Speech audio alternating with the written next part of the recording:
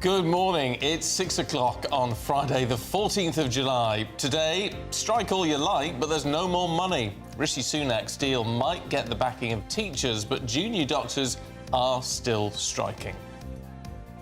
Who knew what and when at the Beeb? No criminal charges will be brought. So, what happens next?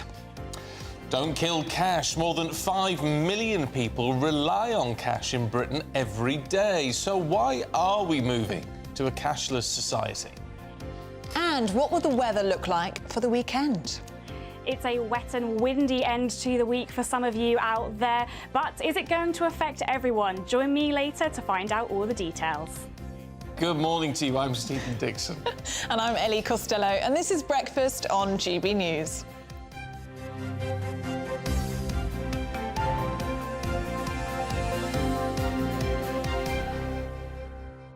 I mean, she's been back for all of 1 minute and 10 seconds and already it's falling apart. Already I've got the You're giggles. a disaster. It's just the way I led into that, like, what's the weather like? Thinking hot. And then, it's a wet and windy end to the week. I was like, oh. We've got high wind warnings where I live. Oh, dear. Sounds terrible. You wouldn't believe that we're in the middle of July, would you? No, you wouldn't. When's summer coming? Yeah, No. would love to know. We seem to be getting a few days here and there, and then that appears to be it. It could make an excellent weather movie, couldn't it? Do you think? Yeah, but who would play you? That's a good question. Well, we were having this discussion in the newsroom earlier, and look, they were saying that Margot Robbie, who's here we go. currently... This is why she wants to talk This is about why I it. want to talk about it. Margot Robbie, apparently, is going to be playing me in a film if GB News were to be made into a film. And now, let me see if I can find a picture of can't find Margot a Robbie. picture. But there's pictures of her out in London last night, and I was like, Well, I'll take that. she's playing Barbie at the moment, and you have got the right colour on. Wow. I will take that. Yes. Margot Robbie can play me any day of the week. Yeah. What about you? Who would play you in a film of your life? If you could choose... Oh, there she is again. She's everywhere at the moment, look. Stunning.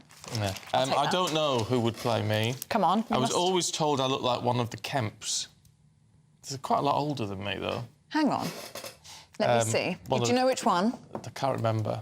I think the one who's Roman Kemp's dad. Oh, Not yeah. not Gary. No, that's Gary. Martin Kemp. Martin. Yeah. I see that, you know. Do you know what? I do see it there. It's white now. You can be Martin, and I'll be played by Margot. Because you know what the complete lunatics in our office suggested for me? I said I wasn't going to mention this on air, but I can't. I'm so... Here we are. He's very offended. David Walliams. Yeah. And I'm sorry, David. Sorry, but no. He's got his sights set on Martin Kemp. Oh. Yeah. Was there another one in that mix? No, I don't know. But somewhat... But everyone else was just like, oh, I'm going to be played by Halle Berry and I'm going to be played by... Eddie Redmayne. Eddie Redmayne. It's just like... Yeah, and I'm being You're all played by punching. Margot Robbie. We're all having an upgrade. Yeah. It's lovely. I was getting a downgrade. Yeah, well, Martin Kemp, I see that. That works for... He's still, It does. He's still older than you, though, He's Danny. 61. Yeah, He's a lot older he than looks me. good, though, for... But he does look good. He'd have to dye his hair semi-dark again. Yeah, I'm sure he'd do that for the role of playing you. Yeah, well, it would be great. But let us know, because it's got us talking this morning, who would play you in a film of your life and why? It's a good chat, isn't it? It is. GBViews at gbnews.com.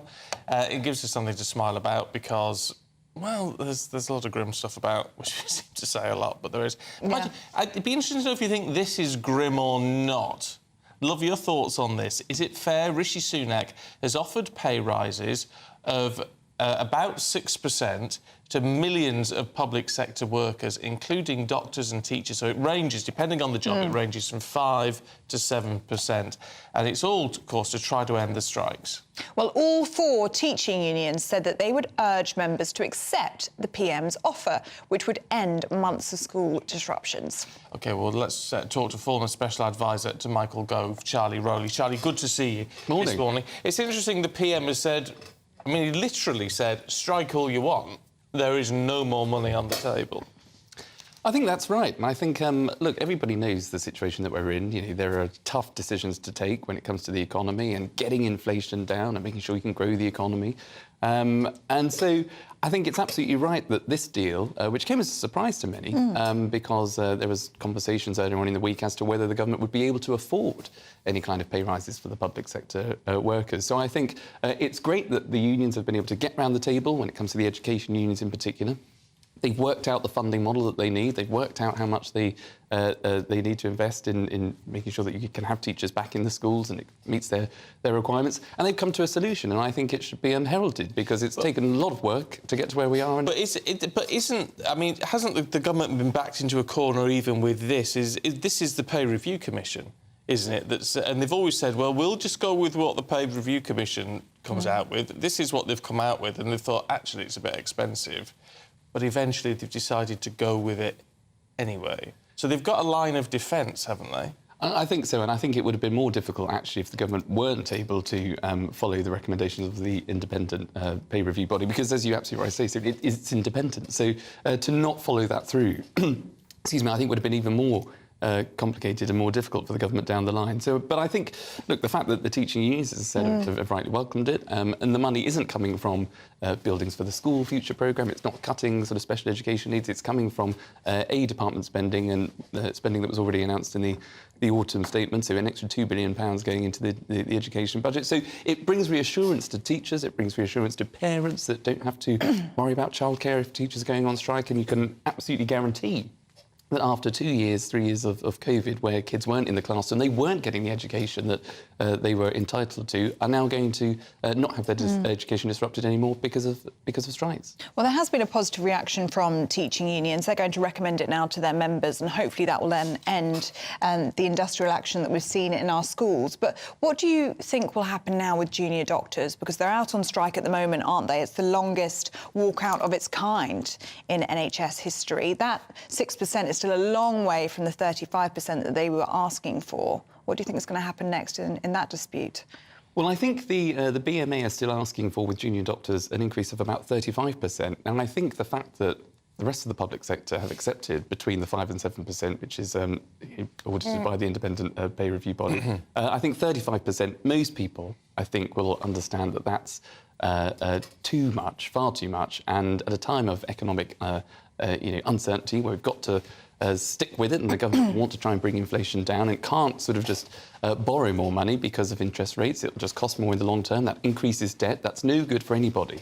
So I think the BMA really do have questions to answer and need to sort of look at the rest of the public sector and try and find a solution that doesn't require 35% pay increases. But because nurses have called off their strikes, they've been balloted. They couldn't actually reach the ballot, but they called off their strikes.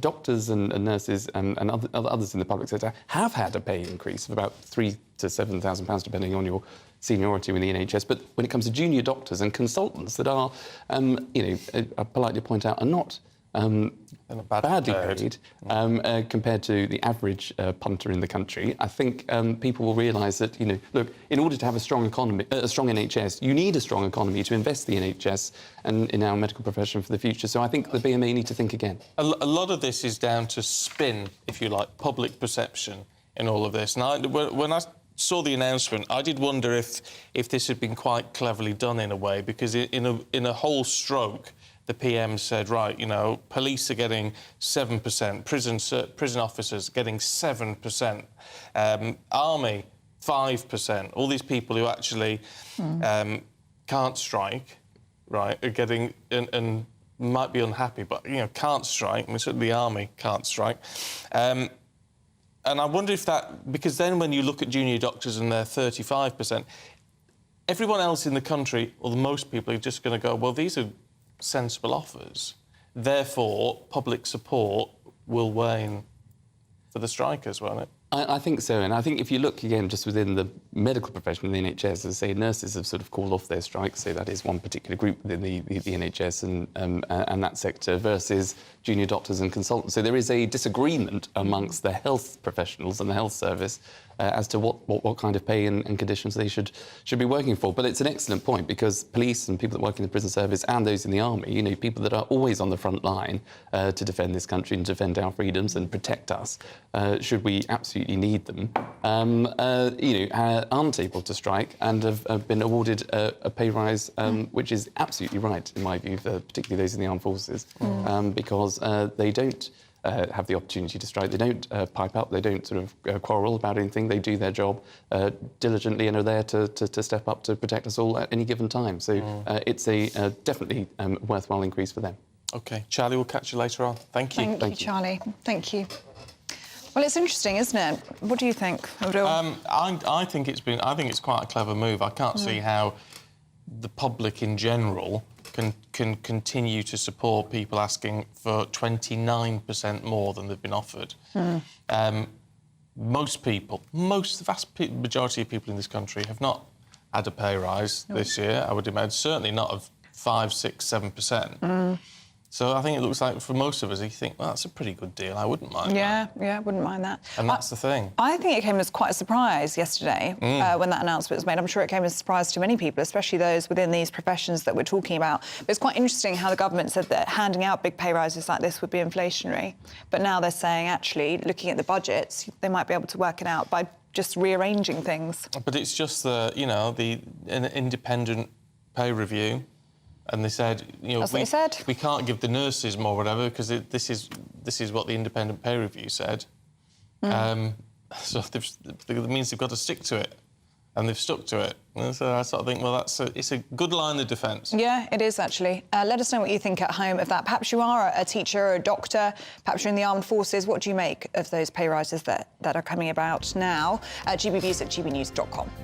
It is 11 minutes past 6. Let's have a look at what else is going on today. And the government unlikely to deliver 300,000 new homes a year after making the target advisory rather than mandatory, according to MPs. The Prime Minister decided in December to scrap the mandatory target to fight off a potential backbench rebellion. A new report has found people in Britain have been forced to pull out their own teeth at home because they cannot access or afford an NHS dentist. The Health and Social Care Committee's investigation of NHS dentistry called for urgent and fundamental reform and said there was evidence of pain and distress that is totally unacceptable in the 21st century. Brits who drive their car for work are being shortchanged because the government's not updated mileage rates for more than a decade. Analysis by the motoring charity the RAC Foundation found employees should be entitled to 63 pence a mile tax-free in driving their own cars during work.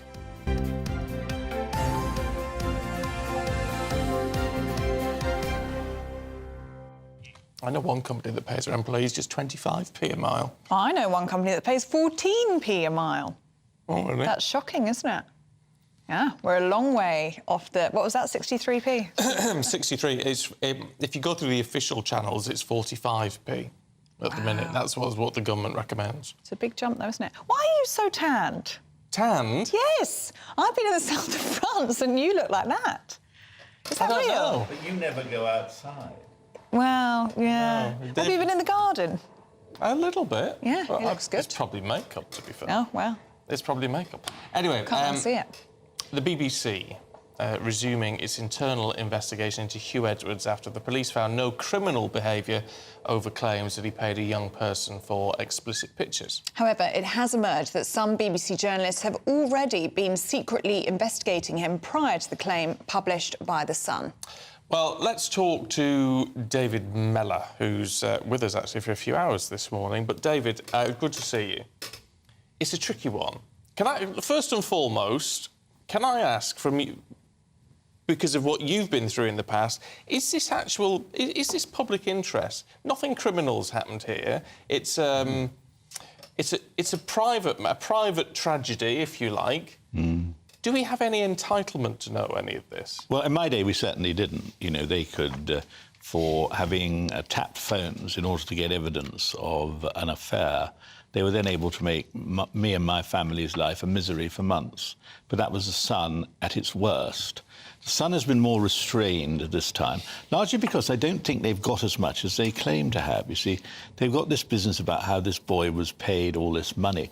But, you know, where's the grabs? Where is the evidence of this?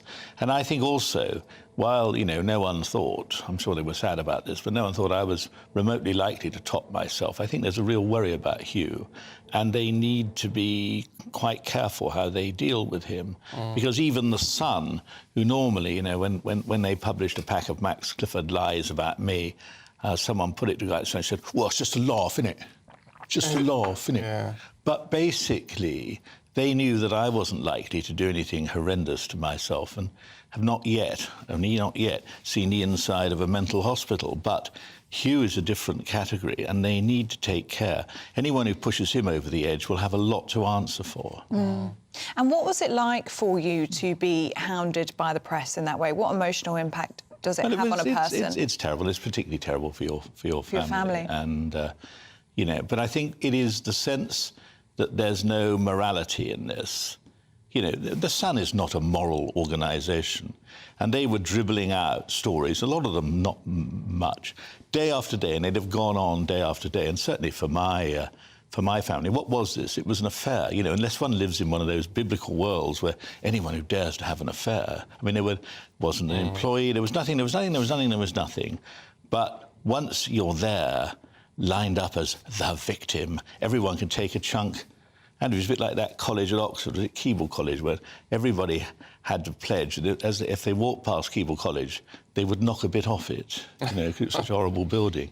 Well, I felt that was what was happening with me. But at what point in all of this, though, and a lot of people are feeling sort of some sympathy for Huw and the allegations that have been made against him and all the rest of it. However, what do you say to people who say, well, it's your own fault? I mean, you've made a mistake, you know, you've made a lot of this. I mean, the Canton sanctimony is awful. And, of course, essentially there's Canton sanctimony on the part of the British people, isn't there? Because we like to sort of draw our skirts around us like elderly spinsters. But, in fact, they love reading this stuff. This is the problem. And if it can be invented, so much the better. But you know what I think? Although The Sun... Yeah, look, do I care about The Sun? I don't. You know, at the end of the day, the best... Was it somebody once said, the best... The best form of success is to live through all of this, which I've managed to do quite successfully.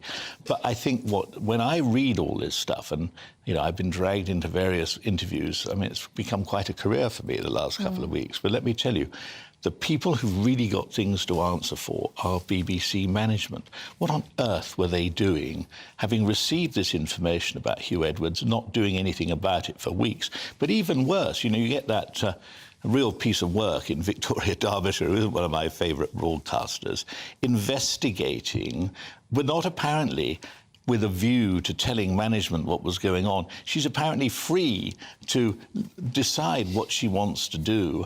And even though the BBC was facing an appalling situation in relation to its apparent ability to control its own employees, they let her do what she wants. She's not... I would have thought, as an employee, she'd be obliged, if she's got some information pertaining to another member of staff, she should have reported it in. And I think that... Rather than just doing something for a show. And the BBC comes out of this appallingly. I mean, I started off thinking that Tim Davie, the Director General, was a rather capable man. I think that anymore. I mean, some would say, in terms of Victoria Derbyshire's investigation, that that's part of trying to prove the BBC's impartiality. You know, that BBC News can hold the corporate BBC to account. But it is making people, I think, quite uncomfortable that she was carrying out her own investigation on a BBC presenter about fellow BBC colleagues and misconduct when it comes to them. It's all very messy, isn't it? It is very messy, and there's a lot of rival egos bumping into each other here. I mean, at one moment, we're being told that she was going to leave the BBC, and now she's back as a sort of main presenter of Newsnight. Well, you know, you can imagine that there are agendas here that, you know, innocent little people like me should not inquire into, because I don't think I'd understand them. Don't know if any of us would. At least that's my story, and I'm sticking to it. In terms of coming through all of this, I mean, a lot of people say, well, will Huw ever be back and all the rest of it? I mean, look, he's got hopefully plenty of money in the bank, so you just sort of think, well, maybe not. But you did come through this. I mean, you know, you sort of reinvented yourself to an extent. Yes. How difficult is that process? It is quite difficult. But don't forget, however hard people like the Sun worked to make this a major thing, you know, this was a woman who had nothing to do with any job I did. There was no question of any inappropriate pressure being put upon her. And I would just decided I would clean up my act. And in cleaning up my act, I simply tipped the dirty water all over myself. But, you know, that's called life. But I think Huw Edwards is in a slightly different position because there's the involvement of young people and, you know, this business of the photographs and all that. I mean, for poor Huw, but what I don't understand is why didn't people see the position he was in and step in to stop him before it became impossible to stop? I think they had a duty of care to Huw, and I'm not sure they carried that out. Look, I am very fond of Huw. Huw's wife, who's come out of this brilliantly, her parents, both now sadly dead, were very active in the politics of Wandsworth. I was an MP in Wandsworth. Lovely, lovely people. And I have been so distressed what she's had to go through. But, you know, at the end of the day, she has been the one person who's emerged out of this with real credit. If I was the Director General of the BBC, I'd wondered, what am I doing with all these hundreds of thousands of pounds? It's a bit like, well, a famous tabloid journalist of years ago, his question always was, who's in charge of the clattering train? Well, who's in charge of the clattering train? Who is? It's a fair point. David, thank you very much indeed. Thank you. And I guess we should point, just for clarity, we should point out that, of course, you know, allegations that this is... We don't know what the truth of any of this is at the moment. All we know is that the police have said there's no criminal case to answer here. So it's just it's a private matter, but the truth will no doubt come out at some point. This BBC investigation is underway, but as David's saying, it's a mess. It really is, yeah. Now, do stick with us, because coming up, our Don't Kill Cash campaign continues to get bigger and better. We'll tell you more after the weather. A brighter outlook with Boxed Solar. Proud sponsors of weather on GB News. Good morning, my name's Rachel Ayres and welcome to your latest GB News weather forecast brought to you by the Met Office. So it's quite a wet, gloomy and miserable start outside there today for many, with this band of heavy rain making its way northeastwards throughout this morning. Some strong winds too, with coastal gales around the southwest and parts of Wales through this morning, so do take care if you are out and about. It will remain driest for longest across parts of Scotland and northeast England, but the rain will reach there eventually. And with all that cloud and those strong winds around, temperatures will be below average for the time of year through today, with highs only reaching into the low 20s. Now, as we go into this evening, that rain will continue to spread northeastward, starting to clear up towards northern Scotland. So some drier weather across much of England and Wales through the start of Saturday, though we will start to see showers popping up for western areas. Remaining windy as well, and with all of that wind and some cloud around, despite some clearer spells, temperatures still generally remaining in the double figures through tonight. So to start Saturday, a drier start for some compared to today, with that rain now across northern Scotland. But heavy showers and some thunderstorms will develop throughout tomorrow morning, and strong winds continuing too. But this time the strongest gusts will be across central, southern and eastern parts of England, with temperatures still remaining below average for the time of year. A brighter outlook with Boxed Solar. Proud sponsors of weather on GB News.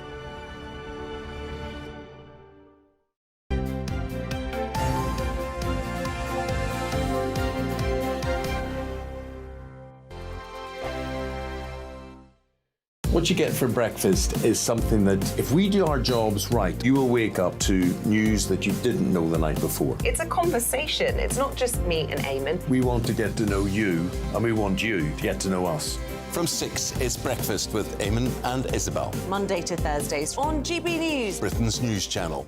When the news happens, it happens here. And really important breaking news. Breaking news this morning. On TV, radio and online, the news starts here on Britain's Newsroom. All the biggest stories and the answers that you need from across the UK and beyond. Join Britain's Newsroom from 9:30 on GB News. The People's Channel, Britain's news channel.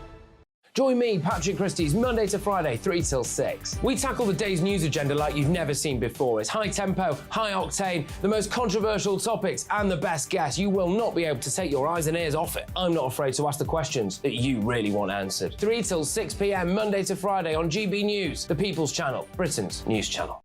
Westminster is going around in ever-decreasing circles, followed by the media. Britain is broken. How on earth did we get into this mess? But more importantly, how do we get out of it? Join me at 7 p.m, Mondays to Thursdays on Farage, here on GB News. We will have open, rational debate. We've got to work out how Britain moves forward from this. Join us here on GB News, the People's Channel. Britain is watching. People in Britain, they love free speech, but they also love fair play. I don't care if I'm speaking somebody from a trade union, from the Labour Party, somebody from the SNP. And I think the viewers like to see that actually we can challenge one another, but in a positive way. We think we ask the questions that people want to ask, and often we ask the questions that we wanted to ask in Parliament but never got the chance to ask. So join us every Saturday, 10 a.m. till noon on GB News, Britain's news channel.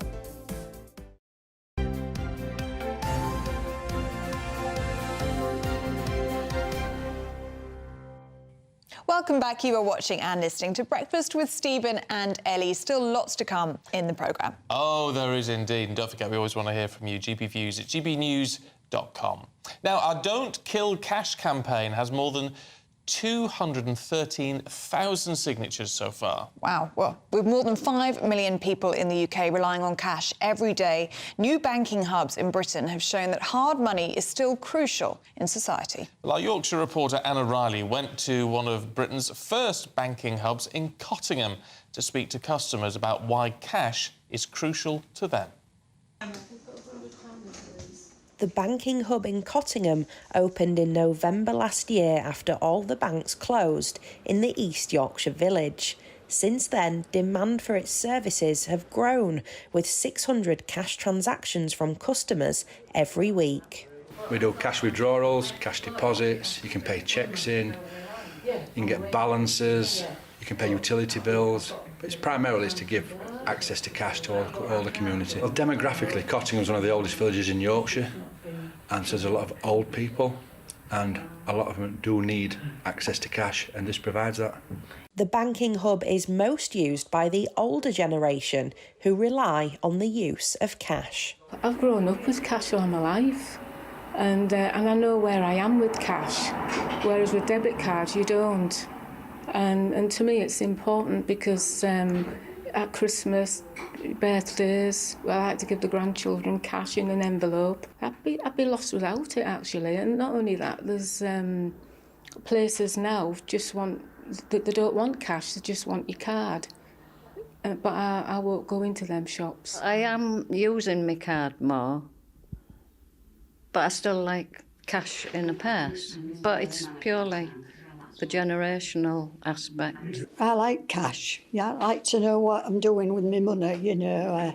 Say I'm just from here, I'm just going for some vegetables. I don't have to pay with a card for just some vegetables and small things like that. They're you know, rubbing all us old people out, aren't they, with all these technology things. Cash Access UK run the banking hubs in Britain and back the GB News Don't Kill Cash campaign. 5 million people still rely on cash day to day.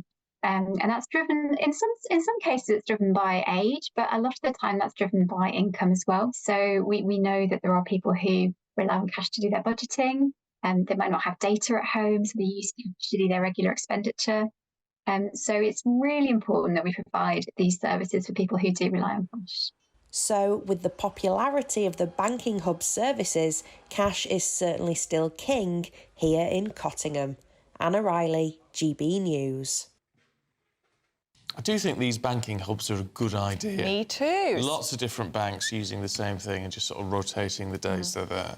Because it is very hard. If we're talking about don't kill cash, one of the main things is the closing down of the banks, isn't it? Because if you've got cash, how do you pay it in? It's very, very difficult. My washing machine broke recently. I don't know if I told you that. No, I don't know. I'm having to go to a laundrette. It's a whole ordeal. Anyway, and you need £7. Is that what it is? That's for a what wash? it is now, £7. And all in pound coins. let me tell you, it is very difficult to find. You have to go to an ATM, get £10 out, and then you have to break it and buy a drink or something, and then get some. And it's a whole ordeal to get cash in the first place and then get pound coins. Yeah. Let me tell Do you. you sit in there where they're doing the whole wash? I go sit in the car and read my book. Oh. It's it's stressful. I haven't used a laundrette for years. Well, I didn't know how to use it. It was my first experience a couple of weeks ago. I had to ask for help. Yeah, So this is my first time in a laundrette. Can somebody explain? And yeah, I would. Did you have a Dot Cottons type figure? It felt like that. It felt like that. Yeah, I felt like Dot Cotton myself. Did you? Yeah. Well, you don't look like Dot Cotton. Oh, well. No, you do look, though, according to Terry in Spain, like Pamela Anderson. Wow. Who could play you in the Oh, really? GBNews the movie. And David Hasselhoff would play Stephen perfectly. The Hoff. In his Knight Rider days, maybe. How do you feel about being played by the Hoff? I don't like the hair. No? I used to love Knight Rider, so that's Okay, fine. he'll take that. He'll I'll take that. Yeah. Amanda says, I think Brad Pitt's not so different to Stephen. Well, you're delighted about that one. Well, he needs to work on the body a bit, but, you know, it's... Well, Brad Pitt's a good one. We're happy with that. I'll take that. Brad Pitt, I'll take. Well, let us know, because we're talking this morning about GB News, the movie. It's what we've been talking about in the newsroom this morning. I mean, I don't know where's that come from? I don't know. They've just been having a bit of fun out there, I think, about who would play who in the film. Margot Robbie, who's playing the new Barbie in the Barbie film, apparently would play me, which I'm absolutely delighted about. You weren't so happy about your casting. But do let us know. It's got us talking this morning. No, I wasn't. If you had a film of your life, who would play you? We'd love to see pictures as well of you and the person who you think should play you, so we can understand. Yeah. Yeah, no, yeah, so get those sent through. In the meantime, morning to Kate and Jason, who say, we're living... I could really fall out with Kate and Jason, do you know that? Oh, really? Why? I could, yeah. They say, we're living life to the full and enjoying the weather in Turkey, and we're getting married on the beach today. Oh, I read that bit. Oh, congratulations. That is so nice. Playing the breakfast show with our room service breakfast in bed. Imagine that we're part of someone's wedding morning. Oh. That's a nice thought, isn't it? It's a lovely feeling. I remember it well. You remember it fondly. When you wake up that morning and you just think, oh, we're getting married today. Oh. It's a lovely feeling. You enjoy every second of it. The start of the rest of your life. Yeah. Very exciting. Oh, fabulous. And Grant in Cambridge says, 3 minutes in, I'm absolutely loving you both. The banter and the love between you is brilliant to see. Love. Wonderful to see. No, it's not love. The start of my day. We actually hate each other. It's faked. It's all entirely faked. Like your tan. Yeah, annoyingly, and then you look like that. Yeah. Anyway, keep your views coming in on any of the stories that we're talking about today. gbnews@gbnews.com. Coming up, do you remember your old mobile passcodes?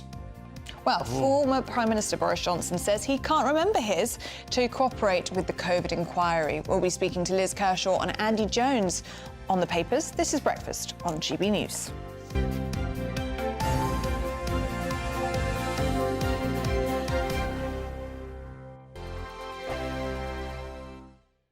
The Live Desk with me, Mark Longhurst. And me, Pip Thompson. It's here Monday to Friday on GB News. From midday, we'll bring you the news as it breaks, whenever it's happening and wherever it's happening, from across the UK and around the world. Refreshing, feisty, but with a bit of fun too. If it matters to you, we'll have it covered on TV, radio and online. Join the Live Desk on GB News, the People's Channel, Britain's news channel. So Jubes and Kerr, we tackle the issues of the day with real, robust debate, both sides of the fence, battling it out with me in the middle with my forthright opinions and views. And often really interesting things happen because you start with a position and then by the end of the debate you find actually, well, I might not have thought about that one. What we need in this country is 2 new political parties. You should maybe think about doing a 2024 calendar. I'm Michelle Dewberry and I'm keeping you company right through until 7 o'clock this evening. GB News, the People's Channel, Britain's watching. Monday to Thursday, 9 p.m. till 11 p.m. Join me, Dan Wootton. I'll bring you the sharpest takes and hottest debates. Do you not believe in prison? I don't believe in prisons. I'm completely stunned. I guarantee you there'll be no spin, no bias, no censorship. I actually was personally quite offended by it. And no reason to go to bed. So I guess they've always been quite woke. That's Dan Wootton tonight on TV, radio and online. Monday to Thursday from 9 p.m. till 11 p.m. on GB News. The People's Channel, Britain's news channel. In a world of dull and predictable radio and TV shows. Oh, hi. On Mark Dolan tonight, we've got big guests. We drill into the big stories of the day. The show adds up to a brilliant listening and viewing experience. Mark Dolan Tonight is the most entertaining current affairs show ever, and that's a fact. That's Mark Dolan Tonight, Friday, Saturday and Sunday from 9. Only on GB News, Britain's news channel.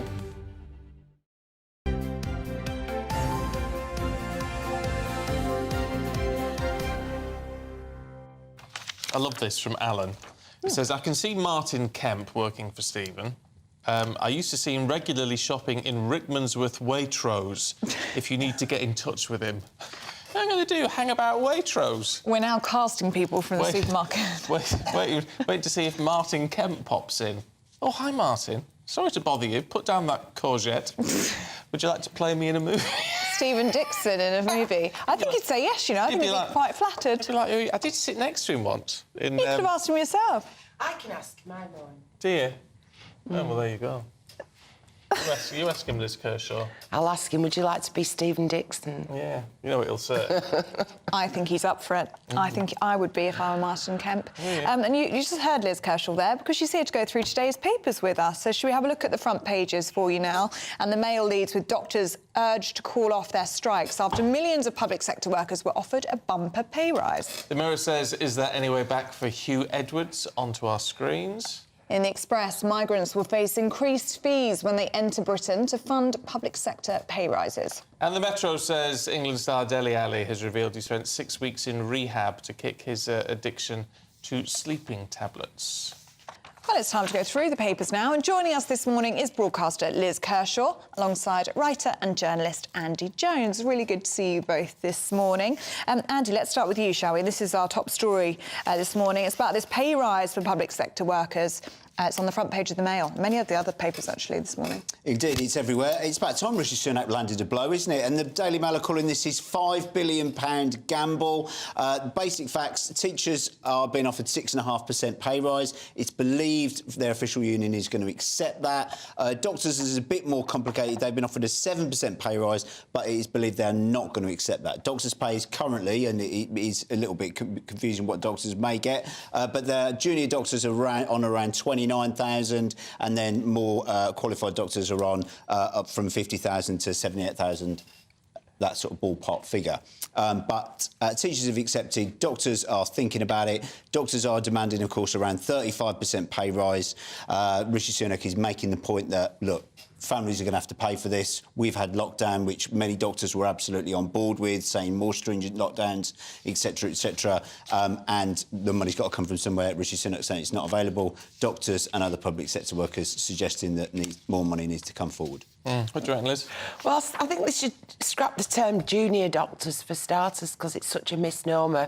It gives the wrong impression. They're not kids just out of medical school. It's anybody who hasn't yet made consultant or maybe even registrar. So there is a tendency, I think, to think, oh, they're juniors, so that's not a bad salary. But they could have been at that level for years, saving lives.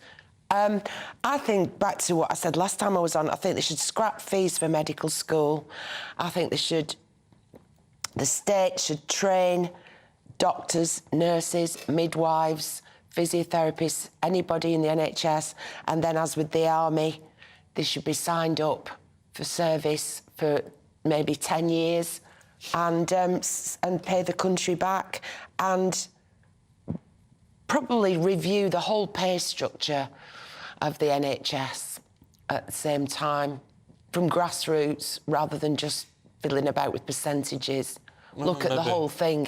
I think it needs re-evaluating. So the problem with that at the current time is it would cost a whole lot of money now, which we haven't got. Might save some inefficiencies. Well, it might a lot of waste. In the long run, it might. The government, as Liz makes the point, the government has got rid of a lot of the funding for medical students. We talked about it on this programme before, and instead the government's plan seems to be just sort of pinch doctors, nurses from India, Philippines, wherever else.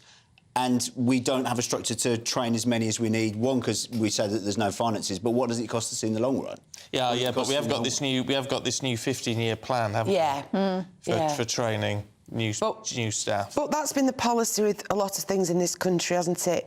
Don't train, don't give people skills, just pinch them when they're already trained from other countries, and now it's happening to us because a lot of medical people are being enticed to Australia. I think the GPs need sorting out since the contracts that the Blair government took out with them in the mid-noughties.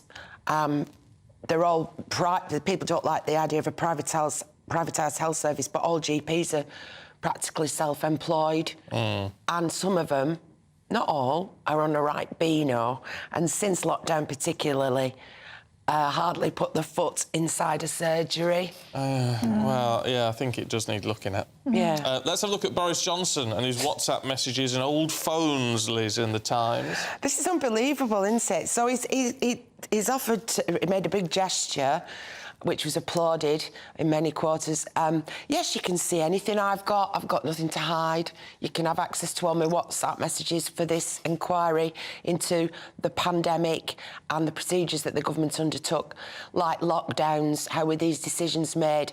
Boris, can we see your phone? Yeah, no problem, totally transparent. Except I forgot that I changed my phone, and now on the old phone I've forgotten the password, and it's a real dilemma, and they can't unlock it. They say it can't be unlocked and they can't read the WhatsApp. Well, my advice is just go to Milton Keynes Market tomorrow. Yes. There's a bloke on a stall there and he'll do it for you. Yeah. Any old nick phone in the Milton... I shouldn't say that, but any phone can be... No, you shouldn't. ...unlocked.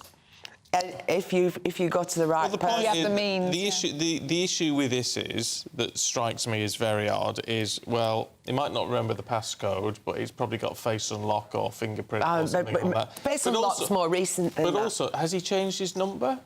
Or even if he has changed with WhatsApp, you port all your messages onto your new phone and new number. Well, yeah, with everything, if you get a new phone and you keep the same number, everything goes across. All your texts, all your emails. That's my experience. Yeah, so why are they not on his new phone? He might have changed the number because it does say in the article... But even with that, with WhatsApp, you can change your number. Yeah. And it transfers them over. But being PM, he might have extra layers of security on it. Yeah, they're saying because it's a diplomatic phone, obviously it's harder to hack, but the idea that we can't even get into the Prime Minister's phone or that he can't remember his passcode is quite incredible. It's amazing what Boris Johnson doesn't remember. Doesn't remember how many kids he's got, doesn't remember if he was at a party or not, whether it was happening in his own house.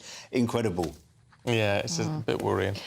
Andy, let's have a look at this story, shall we? I think it's incredibly brave, actually. Dele Alli speaking out about being abused as a child, really, and his addiction since that time. To sleeping tablets, yeah. So this is Dele Alli, the former Tottenham footballer, England international, who's got 37 caps for England, played in that World Cup semi-final against Croatia, of course, under Gareth Southgate a few years ago. His career has had a bit of a downturn since. It's worth talking about the chronology of Dele Alli's life. He said he was sexually molested aged 6 by a friend of his mother. His mother was an alcoholic. His dad wasn't really on the scene. By the age of 7, he was smoking. By the age of 8, he was being used by local drug runners to move drugs around town on his bike. Aged 11, he was hung off a bridge by some random bloke on another estate. And then aged 12, he was adopted by a friend of his at school, and that helped shape and save his life, really. But I think this is really interesting. There's lots of negative stuff that people are saying, oh, look what he's been through, look at the addictions, look at all this other thing. But let's look at the positives in this. And one of the big positives is the wonders that adoption can be, and the way it's saved this young man's life, really. Yeah, I mean, he was dragged off to Africa as well by his dad. He wanted him to live with him. That was obviously a turbulent thing for him to go through. And this wonderful family had brought him in and gave him the structure, organisation, and also the love and belief behind him. But as we see so often with sort of childhood trauma, it manifests in adult life. And now at the age of 27, he's, a few years ago, had the world at his feet.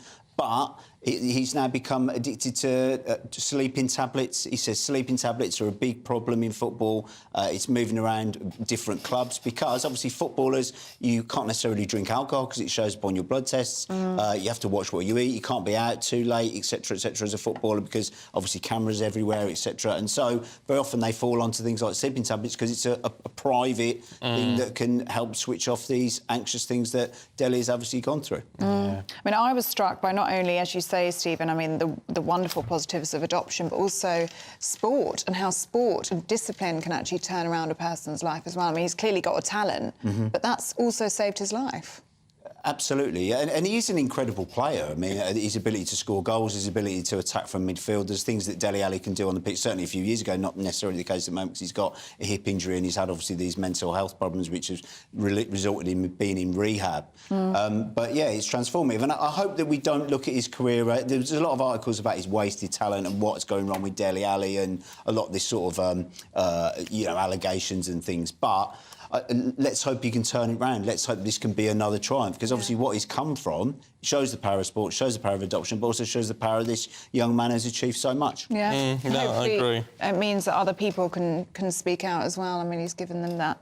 There are so many young people in the 20s that I know through my own sons who are on basically pills from the doctors, happy pills. It's a trite name for them, but there's so many side effects of antidepressants, physical and mental, but it just seems to be a real epidemic in young people. They've no hope of ever buying a house, etc. And somebody famous highlighting this and suggesting you can overcome these things and pull yourself round could help. I mean, obviously, not all young people can become footballers or pop stars, can they? But even just to see someone at that level also struggles, I think. Must help somebody people. who seems to have it all and is still struggling. I think it's very brave. No, good on him. Liz, should we talk about migrants and one of the PM's new plans? Yeah. Well, it's going to... one of Rishi Sunak's famous five was going to stop the boats coming across the channel, and now he's going to give teachers 6.5% and nurses 7%, and he's not. And Jeremy Hunt said, Chancellor, I'm not going to put up taxes to achieve this. And so the business plan is that you charge migrants more. What I see a little bit flawed about this is another, one of his main things, selling points to the public, is I'm going to cut migration. So it's like saying I'm going to increase revenue per migrant, but I'm going to cut the numbers. Now, I know it's not the people coming over it illegally without documentation in boats being put in RAF camps. It's saying it's the people who come here and they want to work and they want to get a visa and they want to do the citizenship test. But he's never said they're going to cut migration numbers. He said he's going to stop the boats. No, that's illegal migration. Yeah, so that's potentially stopping 80,000 people last year. But they've never said they're going to cut back on legal migration. No, but he said he's going to stop the boats, so that's suggesting to the public to be pedantic, not pedantic. It's suggesting to the public, I'm going to stop that lot arriving. That's 80,000 or maybe 100,000 this year. Therefore, ergo, I'm cutting immigration. So... but he's going to charge people who take the legal route through the proper channels and take the trouble to apply to come here for jobs at a certain level. He's going to charge them more, and that's going to pay everybody else. I don't think it's a good business plan or economic policy. OK. Well... And you've got time for one more, so let's take a look at the Telegraph, shall we? The front page. COVID will hurt education for years. That's a warning from MPs. Who'd have thought it? Locking down kids, not allowing them to go to school, completely stalling the economy, as we've talked. The IMF, the International Monetary Fund, that rather shadowy organisation we hear rather a lot about in Washington, they say, official statement, scars from the pandemic, including to students' learning and skills training, could weigh on economies for years to come. Who'd have thought it? The global economy was expected to grow by 3% last year, but it is well below that. And basically they say, where's my quote? That today's pupils will face £350 billion in lost earnings. That's not each, by the way, that's collectively. But it is. Look, how did they work that out? You know, this is why they're the International Monetary Fund, and this is why we're on this desk here. But you're quite right. Have they worked that out because of future economic conditions, etc., etc. But one of the chilling things is the sheer number of pupils who are missing half of their lessons, and that's now up to 120,000 pupils are missing more than half of their lessons. And I think, well, you know, we talked about disrupted childhoods earlier with Dele Alli, but if you can't go to school, how are you going to hold down a job? If you can't turn up on time at school broadly at least half the time, how are you going to then hold down a job, career? Do we blame this all on COVID? I mean, obviously it's a trigger point, if you like, but where are the parents in all of this saying, well, you've got to get to school, you've got to do this, you've got to do that? Why aren't they stepping up? Yeah, quite. Some of them are probably working several different jobs because of the down. Some maybe lost work, etc. Some of the kids may be off the rails. I absolutely don't know, but you're quite right. Where are the figures? I think a lot of parents expect the school to do the whole job. Feed them. Absolutely. Discipline them, teach them morals, sex education, the lot. You know, I don't see it as a parent myself. I never saw it like that, but there are some people that thinks it's a nanny Even state. dragging them to school is the school's responsibility. Yeah, well, that's not the way it works, is it? No. If you've got views on any of that, gbviews@gbnews.com. Thank you. Liz, Andy, thank you very much indeed. We'll see you later on. Now, the government are unlikely to deliver 300,000 new homes per year after making the target advisory rather than mandatory, MPs have warned. The PM decided in December to scrap the mandatory target to fight off a potential backbench rebellion. A new report has found people in Britain have been forced to pull out their own teeth at home because they can't access an NHS dentist. The Health and Social Care Committee's investigation calls for urgent and fundamental reform and says there was evidence of pain and distress that is totally unacceptable. Brits who drive their car for work are being shortchanged because the government has not updated mileage rates for more than a decade. That's according to a new report. Analysis by motoring charity the RAC Foundation found employees should be entitled to around 63 pence per mile tax-free whilst driving their own cars to work.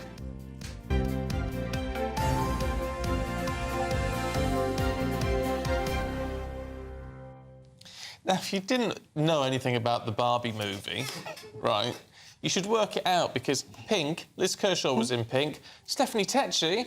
Hey! Barbie fever is that what it is? Is that what we're doing? Yeah, I think it's just gone into everyone's subconscious. It's like, in solidarity, let's just wear pink. I love it. I'm loving it. Pink makes the boys wait. Well, it does. It does.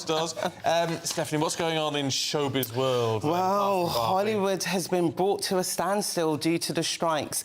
Yesterday was the open hire UK premiere in Leicester Square. It was being tipped for Oscars and all that. But the cast left early because now Hollywood, it's been agreed that the union talks have failed and now they're all going on strike. Up to 160,000 members have now... Talks have failed between the Hollywood studios and the industry because the industry right now are after better pay for actors, and not just the actors, directors, camera operators, and this all failed. The big studios and the writers, they haven't agreed to it. So now up to 160,000 members are going to stop performing. This is quite monumental. It's the first time in 60 years we've seen the Actors Union and the American Guild of Writers coming together to take to the picket lines this morning to campaign against what's been happening in Hollywood. There's the big thing about wanting fairer working conditions and also the rise of AI. A lot of actors, a lot of people behind the screen, they want to know that there's going to be safeguarding and that actors are not going to be replaced when it comes to voiceovers or their faces being used by AI.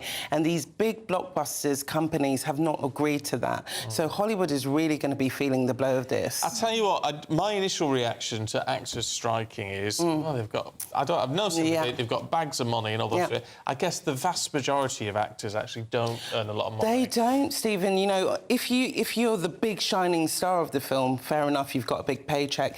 But the lower down the ladder you go, not much people had that much amount of money. And there's also the people behind the screens. If you look in America, you need to be earning about $26,000 just to have health insurance. So if you're not making that line, your whole life has been influenced by the rest of that. And if you think about these big studios such as Netflix, Netflix, Amazon, Apple. These are billion-dollar industry companies who could be helping and supporting. But I think Hollywood is definitely going to be feeling the crunch because it's going to have an effect on things such as the Venice Film Festival and the Emmys and all these big film stuff. Actors are not going to work. Can I just ask a technical question on this? Because I don't want to... this, you know, the actors walking out the Oppenheimer premiere. Having been to one or two premieres in my time... Yes, but He's the used to a red carpet. They walk the red carpet. And then you all go into the cinema.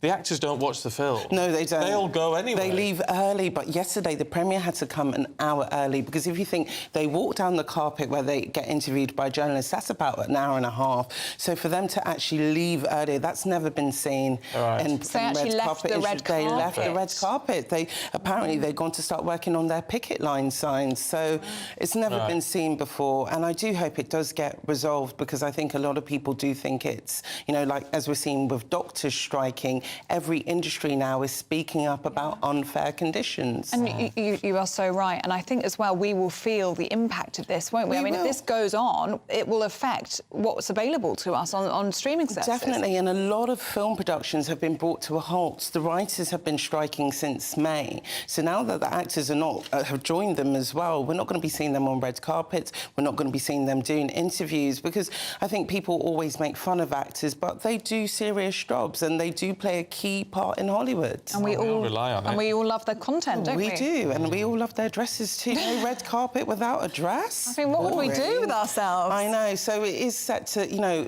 the reason why it's happening because they've had 4 weeks of negotiations which have failed and the studios are not budging, so they are playing really hardball. But then also the unions, they are standing up for not just the actors but people behind the scenes, which is quite important. And this is the first time since 1960 that this has happened. I'll tell you what, though, Hollywood's going to have... You're not going to be short of a waitress in Hollywood, are you? No, you're not. People are going to have to find something to do, but it's quite sad because Hollywood is quite a lucrative industry, so there's no reason why they shouldn't be paying the talent and the creative talent the money that they deserve. I find it hard to believe someone like Amazon hasn't got enough money to pay people the right amount of money. It's a fair point. Stephanie, as always, it's a joy. Thank you. See you a little bit later on.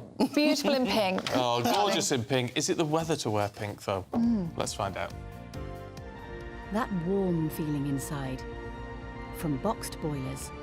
Proud sponsors of weather on GB News. Good morning, my name's Rachel Ayres and welcome to your latest GB News weather forecast brought to you by the Met Office. So it's quite a wet, gloomy and miserable start outside there today for many, with this band of heavy rain making its way northeastwards throughout this morning. Some strong winds too, with coastal gales around the southwest and parts of Wales through this morning, so do take care if you are out and about. It will remain driest for longest across parts of Scotland and northeast England, but the rain will reach there eventually. And with all that cloud and those strong winds around, temperatures will be below average for the time of year through today, with highs only reaching into the low 20s. Now, as we go into this evening, that rain will continue to spread northeastward, starting to clear up towards northern Scotland. So some drier weather across much of England and Wales through the start of Saturday, though we will start to see showers popping up for western areas. Remaining windy as well, and with all of that wind and some cloud around, despite some clearer spells, temperatures still generally remaining in the double figures through tonight. So to start Saturday, a drier start for some compared to today, with that rain now across northern Scotland. But heavy showers and some thunderstorms will develop throughout tomorrow morning, and strong winds continuing too. But this time the strongest gusts will be across central, southern and eastern parts of England, with temperatures still remaining below average for the time of year. That warm feeling inside. From Boxed Boilers. Proud sponsors of weather on GB News.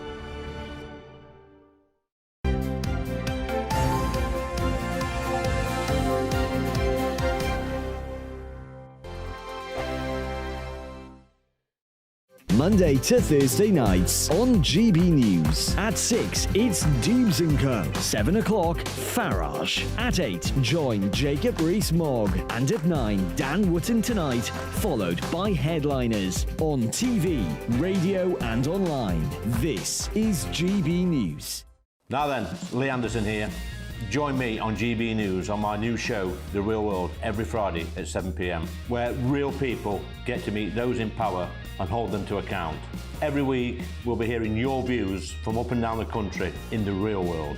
Join me at 7 on GB News, Britain's news channel. Join us every night on GB News at 11 p.m. for Headliners, which is 3 top comedians going through the next day's news stories, which is exactly what you need, because when the establishment has gone crazy, you need some craziness to make sense of it. So join us 11 p.m. every night on GB News, the People's Channel, Britain's news channel. I joined GB News because I was sick and tired of not hearing my views being represented, not just mine, but so many people that I knew and spoke to. I just couldn't get my voice out there. I couldn't say anything, I couldn't do anything. Whatever the narrative was, I kind of had to follow it. GB News is there to provide a voice for those who have been ignored by the establishment media. We think different things, we've got a different style. GB News is here to be optimistic and positive about the future. It's real kind of dynamic and flowing, with the audience very much at the heart of it, like a big family. Here at GB News, we talk about the things that matter to you. Hearing the voices from right across our towns and cities, especially our towns. All sides of the argument represented with a heavy dose of opinion. We're on a mission here to make a difference. And the GB News family really is here for you, and whatever time of day you can watch or listen. Britain's watching. Britain's watching. We're proud to be GB News. The People's Channel. Britain's news channel.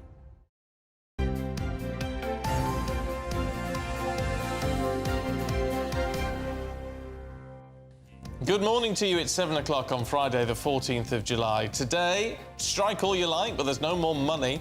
Rishi Sunak's deal might get the backing of teachers, but junior doctors are still striking. Who knew what and when at the Beeb? No criminal charges will be brought. So what happens next? Don't kill cash. More than 5 million people rely on cash in Britain every day. So why are we moving to a cashless society? And what will the weather look like for the weekend? It's a wet and windy end to the week for some of you out there. But is it going to affect everyone? Join me later to find out all the details. Good morning to you. I'm Stephen Dixon. And I'm Ellie Costello, and this is Breakfast on GB News.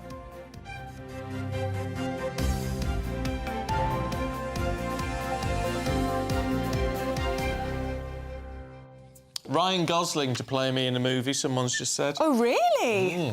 Oh, I'd take that if I were you. Is he the one who plays Ken? Yeah. I can sort of see that. Oh, no, he likes that. He's happy with that. Work. Yeah. It'll work. You like that one? Yeah. There you go. You've got the Ken actor and I've got the Barbie actress. Oh.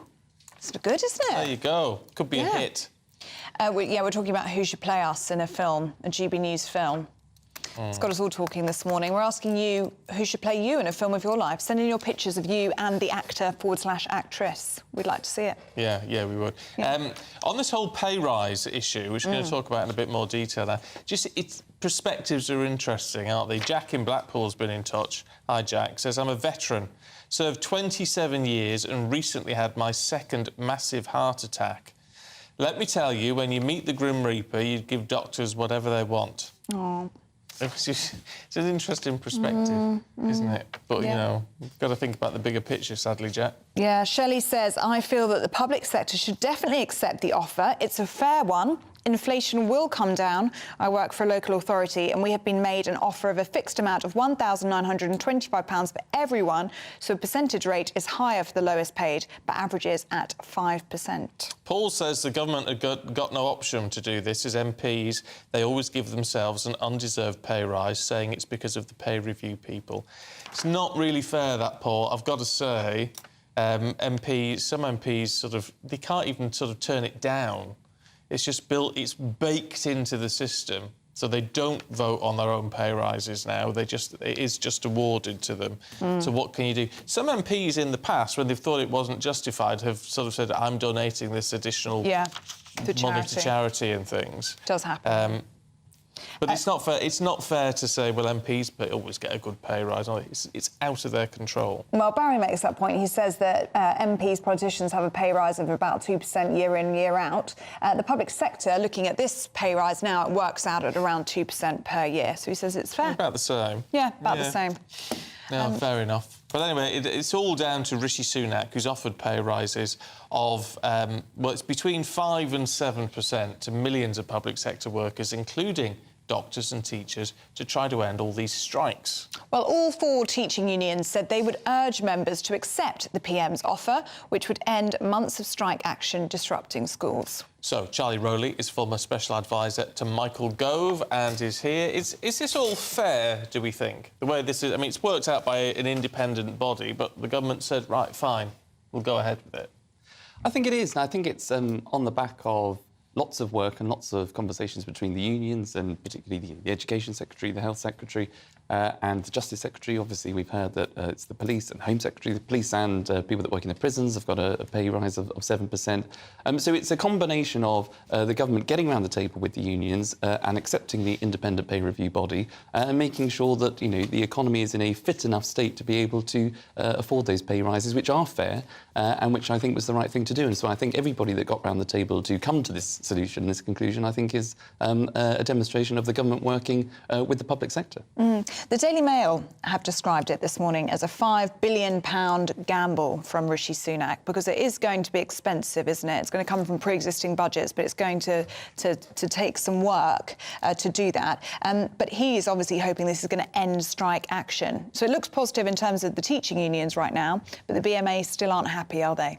And I think that's absolutely right. And I think, look, you know, the Prime Minister was very, very clear yesterday that this is it. You know, this is the pay that's being offered. That's on the back of the independent review. That's what the government has been able to meet. But there are going to be no further talks because, and, you know, however many strikes take place, because it is not fair to the rest of the public. And, you know, whilst absolutely it's right to focus on people that are in the public sector, but there are many people in the private sector and people that are self-employed and people that aren't protected by increases in pay, that are dealing with the cost of living, such as inflation, who are seeing their interest rates obviously increase because of the need to tackle the inflation. So it doesn't cover everybody, and we have to be mindful of that. So I think giving people that are in the public sector absolutely the right thing to do, the pay rise that they deserve. But of course there is a tightrope that the government's walking. Inflation is high, interest rates are up. We need to get inflation down. That's obviously the Prime Minister's #1 priority. But to manage an economy which enables you to meet the pay rises, which were recommended, I think is something that the government should be commended for. But how beneficial is this going to be to the government? I mean, everyone's fed up with the strikes, right? To be able to say, actually, they've got a barrier now, haven't they? There's some clear blue water between them and what has happened. They say it's an independent recommendation. We're following the guidelines of other people in all of this. It's not actually a political decision, but this is what they've recommended and we're going to implement it. Therefore, no more. That puts the PM in quite a strong position, doesn't it? I think so, and I think, look, people are starting to get the measure of Rishi Sunak. I think, you know, there's sometimes a bit of criticism that we don't see him enough, or he's a technocrat and not public-facing enough. But I think, you know, he's been in the job for 6-7 months now, I think. And, you know, we saw a couple of weeks ago, it was the Prime Minister and the Health Secretary that launched the workforce plan for the NHS, something that hadn't been seen before, that I think I was on this programme when Wes Streeting, the Shadow Health Secretary, was on and backed the plan, and so it got cross-party support. But that took a good few months of work to get to that point.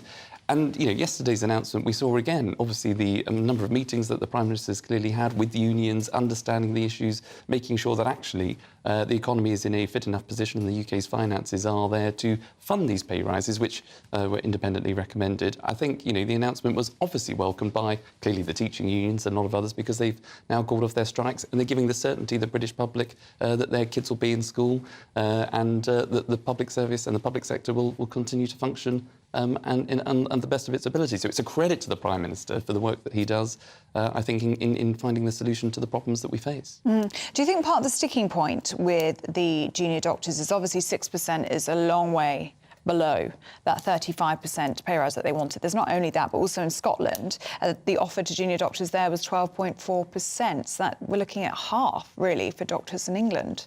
That's an issue, isn't it? Well, I think in England we have obviously a much larger population, and there is much more strain on the NHS and the services, and so therefore you've got to take that into account, I think. But nurses that have received a pay rise, obviously, are now not going on strike. Obviously, it's just junior doctors and consultants that I think are going to be taken to the picket lines in a couple of days' time. I think it is, and that will obviously cause worry to patients. That will put their operations and lack of sympathy. Do you think? On behalf of us towards the junior doctors? I don't think there's a lack of... I think, everybody understands the pressures the NHS have been under, and on the back of COVID, they were clearly on the front line and protecting us all. But I think, you can only have a strong NHS, you can only fund the NHS properly if you have a strong economy. If you're going to entertain the prospect of increasing pay for junior doctors to up to 35%, which is, I think, slightly unreasonable, if I can say that. You need to find that money, and that could be borrowing, which, with interest rates up, means that you're putting the debt onto the next generation. If you're fueling those high pay rises, then that's going to increase inflation, something that the government needs to tackle in order to bring the whole of cost of living crisis under control for everybody across the country. So I think junior doctors and the BMA will need to consider the bigger picture, not just its members, and accept the offer that the government has put forward and call off the strikes to give patients the certainty that they so much deserve. OK. Charlie, good to see you this morning. Thanks very much indeed. Thank you very much. Mary's been in touch. Hi, Mary. Says people shouldn't be given percentage pay rises because people on the highest rates who could take less end up getting the most, whereas the lowest paid get less. Yeah, that's an interesting point. I can see it, but then isn't there an element of fairness, though, to say, well, if everyone gets 5%, then that's fair across the board, yeah. But I certainly get your point. 5% of 100,000 is a lot more than 5% of 20,000, isn't it? Yeah, and there's people in the private sector now who aren't getting any pay rise at all, not for want of trying. So let us know what you think. Whether you are a doctor, a police officer, perhaps a prison officer or in the armed forces, your reaction to that pay rise, what do you make of it all? gbviews@gbnews.com.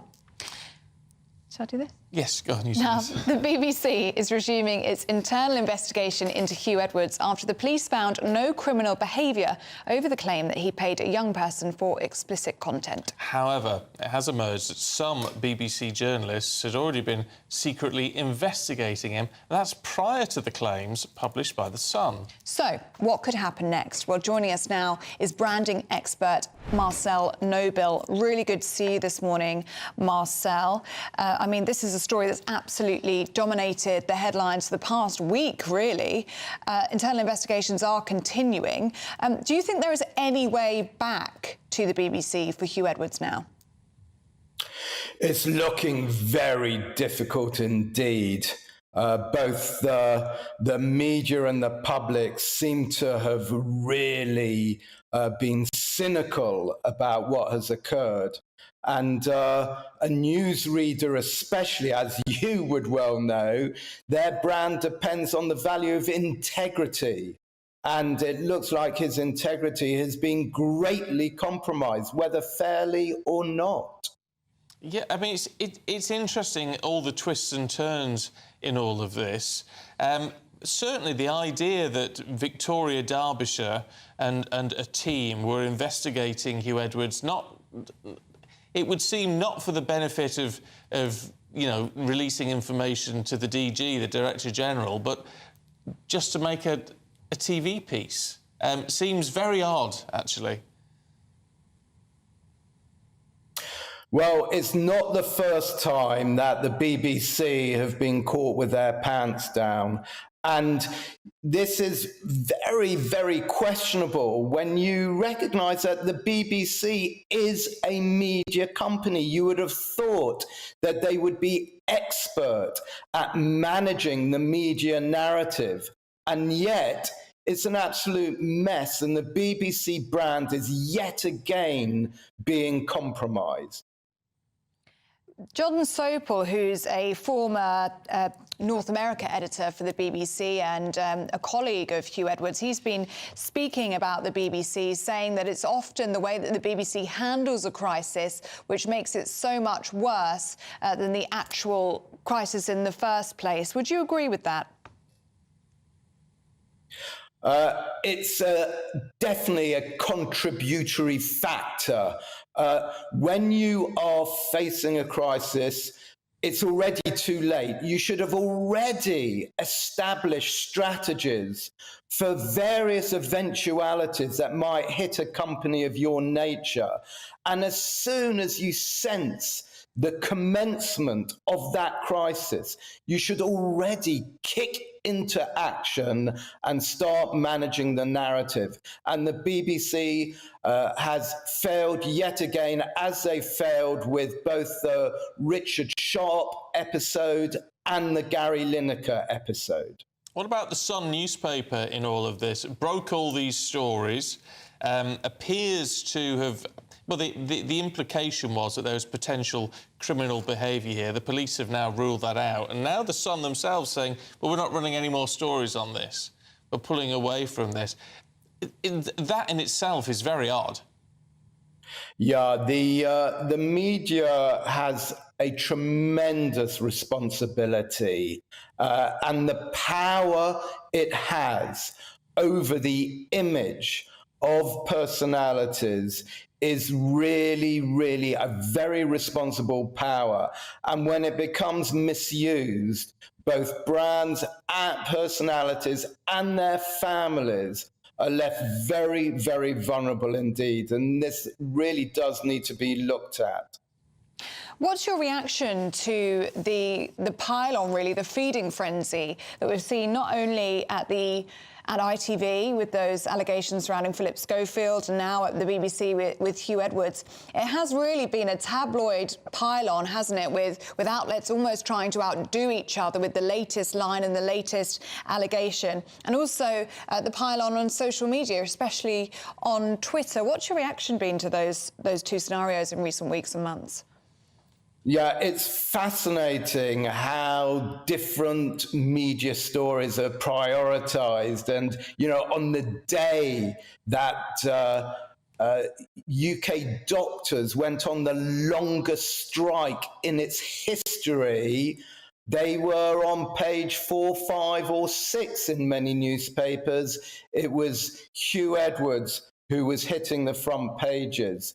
But the common denominator, whether it was Huw Edwards, Philip Schofield, is that human element, and it's about a face that we constantly see on the screen, we trust, we almost feel is a friend, and therefore it crosses and straddles from news to almost like we're talking about a friend, and the media know this. They know this really triggers us and chimes with us, and very much capitalise upon it. With all this, I'm slightly torn, right, Marcel, with all of this, because I'm a punter like anybody else, and when there's gossip and scandal, we are intrigued. We do want to know, who's involved, what's been done, what's happened. But when you look at it from a professional point of view, I mean, both with Schofield and with Edwards, what you're looking at is something which has happened and allegedly happened in Hugh's case, which is not criminal, which is, affairs of the heart, in effect, which, we can take a moral stance, but none of it's actually any of our business, is it? I mean, can we still use public interests as almost an excuse for the papers and everybody else to run all of this? Shouldn't we reach a point now in the 21st century, well, if someone has an affair, happens every day of the week, it's a private matter? It's a very, very thin dividing line between respecting the privacy of individuals and what's in the public interest. My personal view is that we're veering dangerously into exploiting what's in the public interest when really we should be respecting privacy. And it's a bit frightening when the Sun seems to become the arbiter of what is right and wrong for celebrity behaviour. OK. Marcel Nobile, good to talk to you this morning. Thanks very much indeed. Your thoughts on that would be very welcome. I mean, it's a difficult one, and I found myself in a position where you sort of think, am I defending someone who... I mean, because to be absolutely clear, on the moral front, I find it very difficult when people have affairs. Yeah, me too. I'm very, very against that. I'm not one of these sort of free thinkers who thinks, oh, people should do what they want. I think, you know, I feel very disappointed in people when they have an affair. However, is it any of our business? You know. I think most British people, I don't know, do let us know what you think, but I think most British people will feel that unless something illegal has happened, and as far as we know, it hasn't, that's what the police said. That's what the police have said. They have an understanding that life is very messy and very complicated for a lot of people, and they will think that what we now know about Huw Edwards is private and should remain that way. I think that's what most people would now think. But do let us know what you think at home. Certainly dominated the papers, hasn't it, for the past week or so. It's still there. gbviews@gbnews.com. And also we're asking, is there any way back for Huw Edwards now? Do you think we will see him back at the BBC? Do you think we will? No. No? OK. I don't think so. I don't think so. It would be... I just try and view it from a personal perspective. It would just be much easier to hide away now and just quietly get on with life, wouldn't it, rather than... You would think that he wouldn't want that to be the last thing that he's known for, though, at the BBC. I mean, he's done I know, and that's what's quite sad.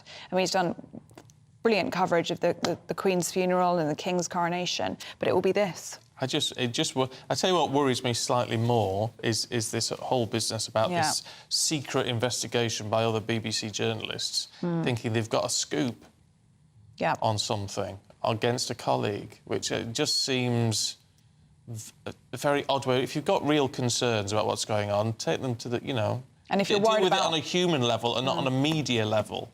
It's like people... It's like if I was at a disaster site as a member of the public, do I get my phone out and start filming it for GB News, or do I actually get stuck in and try and help the people who are injured? And it's a similar thing, isn't it? And I sort of think, well, you know, you've got to have humanity. Forget all of that. Get in and help. And rather than, you know, try and get a good scoop for your programme on BBC Two, or actually, if you've got real concerns, report it up. Yeah, especially if they concern younger BBC colleagues. It's a new chapter in this story, isn't it, really? That investigation that was allegedly taking place just days before that splash in the Sun. Let us know what you make of that story, or any of the stories that we're talking about today, including who would play you in a film of your life. Charlie Rowley just said he thinks that Matt Damon could play him, which I can actually really see. Not play himself? Yeah. Play him? Matt Damon can play Charlie Rowley, and I see that. It's a great shout. I thought he was talking about me. Oh, I think he could also play you, but you didn't feel that one. I was in a Matt Damon film once, ladies and gentlemen. I'm just letting you know. You're dropping everything today. So you've been on loads of red carpets, now you're in a Matt Damon film. I was in a Matt Damon. I was in The Martian, but it was only a voiceover, sadly. When? I love that film. Yeah, I was in The Martian. It's at the end when they're all coming back to Earth and all that. Yeah. Stop. Yeah. There you go. I love that film. I got paid. No money for it whatsoever. No. But there you go. We've got lots more still to come for you. Paul Coyte's here with all your sport in just a moment. This is Breakfast. That warm feeling inside. From boxed boilers. Proud sponsors of weather on GB News. Good morning, my name's Rachel Ayres and welcome to your latest GB News weather forecast brought to you by the Met Office. So it's quite a wet, gloomy and miserable start outside there today for many, with this band of heavy rain making its way northeastwards throughout this morning. Some strong winds too, with coastal gales around the southwest and parts of Wales through this morning, so do take care if you are out and about. It will remain driest for longest across parts of Scotland and northeast England, but the rain will reach there eventually. And with all that cloud and those strong winds around, temperatures will be below average for the time of year through today, with highs only reaching into the low 20s. Now, as we go into this evening, that rain will continue to spread northeastwards, starting to clear up towards northern Scotland. So some drier weather across much of England and Wales through the start of Saturday, though we will start to see showers popping up for western areas Remaining windy as well, and with all of that wind and some cloud around, despite some clearer spells, temperatures still generally remaining in the double figures through tonight. So to start Saturday, a drier start for some compared to today, with that rain now across northern Scotland. But heavy showers and some thunderstorms will develop throughout tomorrow morning, and strong winds continuing too. But this time the strongest gusts will be across central, southern and eastern parts of England, with temperatures still remaining below average for the time of year. That warm feeling inside. From Boxed Boilers, proud sponsors of weather on GB News.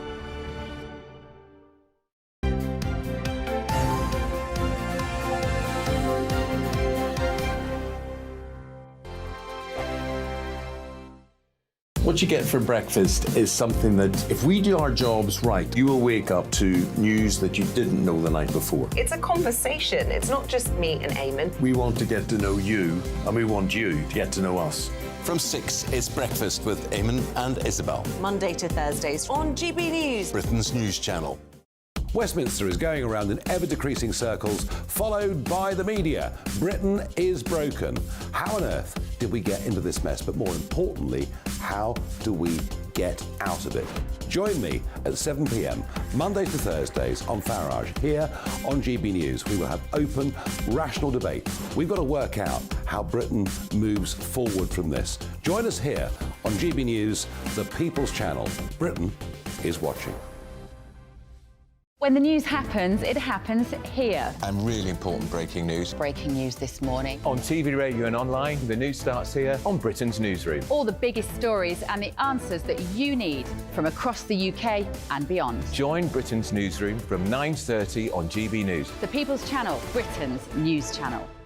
Join me, Patrick Christie's, Monday to Friday, 3 till 6. We tackle the day's news agenda like you've never seen before. It's high tempo, high octane, the most controversial topics and the best guests. You will not be able to take your eyes and ears off it. I'm not afraid to ask the questions that you really want answered. 3 till 6 p.m, Monday to Friday on GB News, the People's Channel, Britain's news channel. People in Britain, they love free speech, but they also love fair play. I don't care if I'm speaking somebody from a trade union, from the Labour Party, somebody from the SNP. And I think the viewers like to see that actually we can challenge one another, but in a positive way.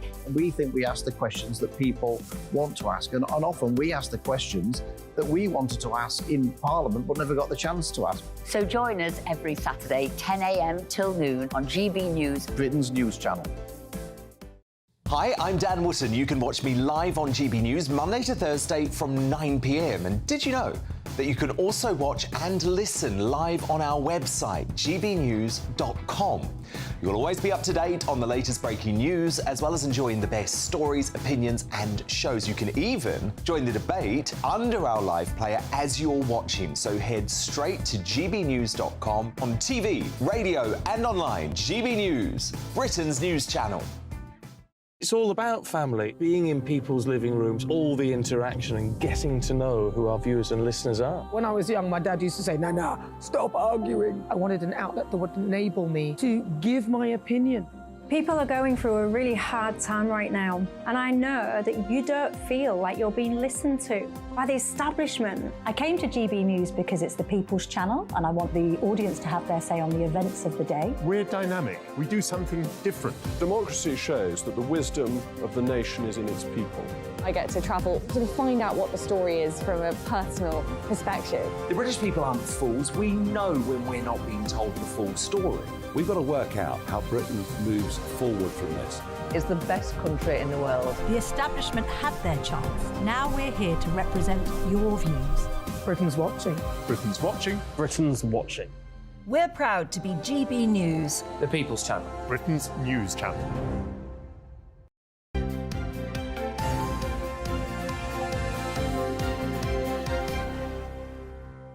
7:27, this is Breakfast with Stephen Early. Terry has been in touch, says, Stephen, what is the box you use? It intrigues me so much that I haven't seen any other presenter use one.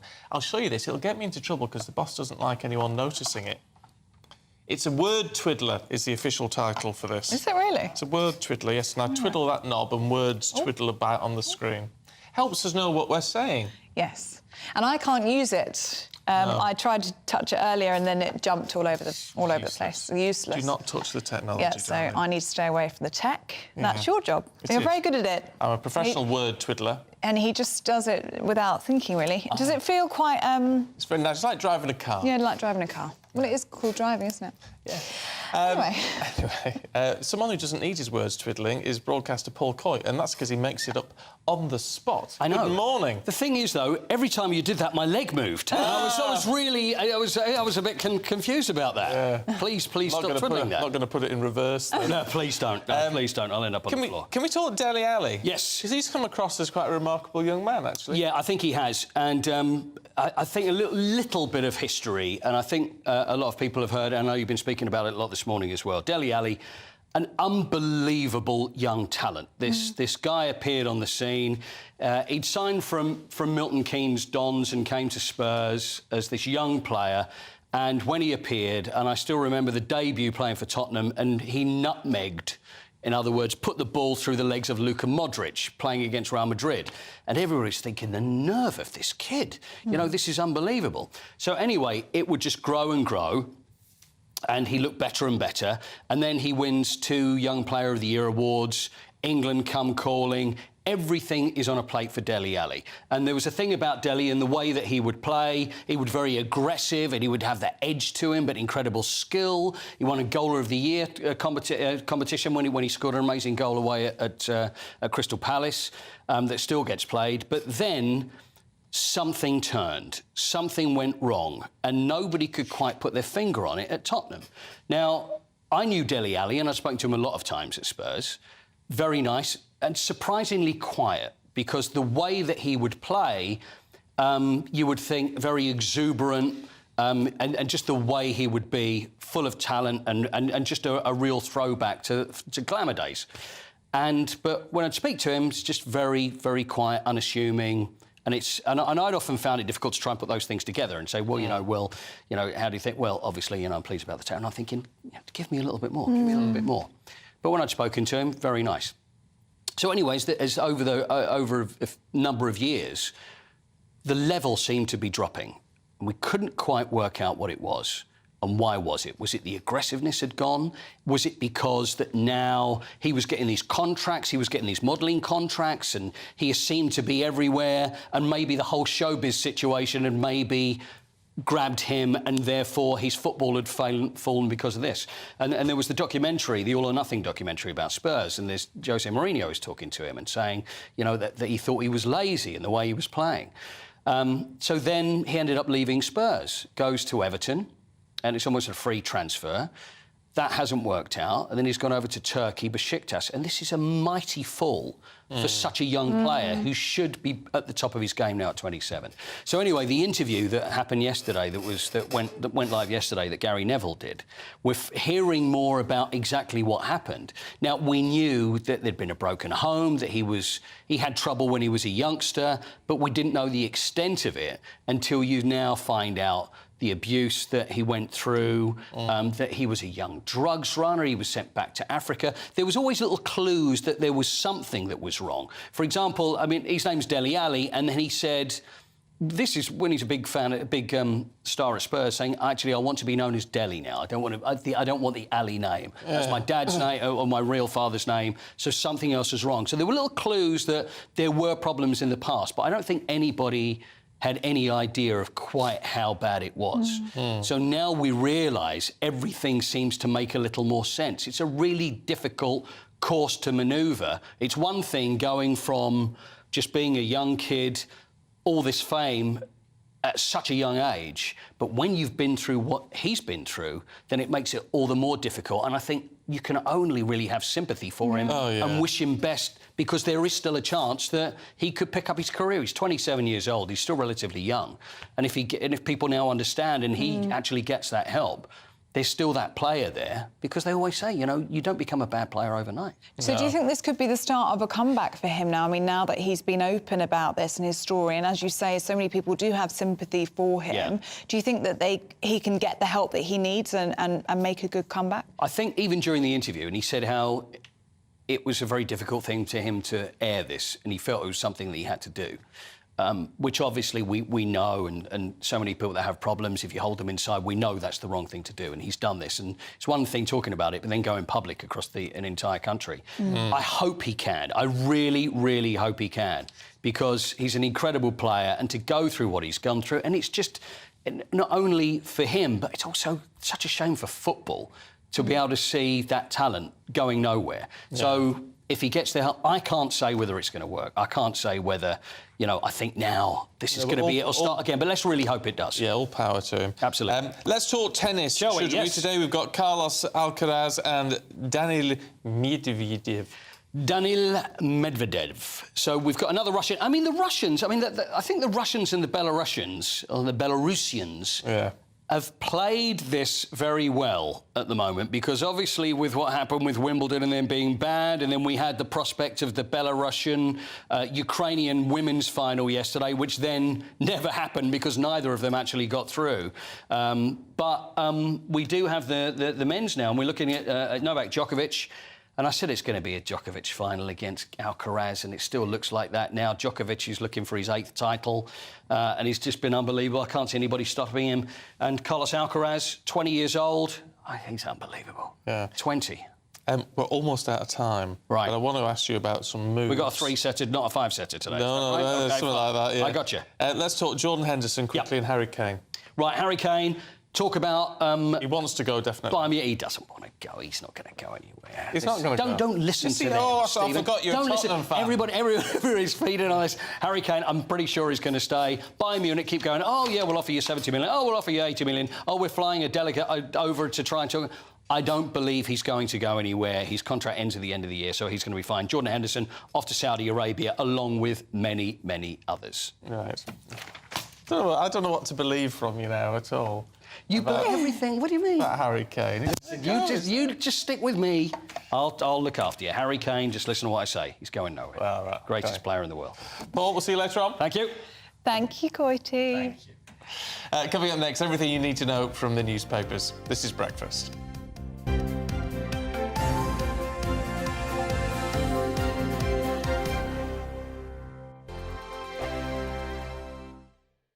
The Live Desk with me, Mark Longhurst. And me, Pip Thompson. It's here Monday to Friday on GB News. From midday, we'll bring you the news as it breaks, whenever it's happening and wherever it's happening, from across the UK and around the world. Refreshing, feisty, but with a bit of fun too. If it matters to you, we'll have it covered on TV, radio and online. Join the Live Desk on GB News, the People's Channel, Britain's news channel. Weeknights on GB News from 6 p.m. You'll always get drama. Please stop, Michelle. I know, yeah. Please stop. Should I just shut up? Romance. You like me, I like you. There you go. There you are. Well, don't tell anybody. Adventure. Etc. That's the whole point. But and action. Sergeant read my superstar panel. They're already at it. They're fighting. It's going to be quite a show. Only on GB News, the People's Channel, Britain's news channel.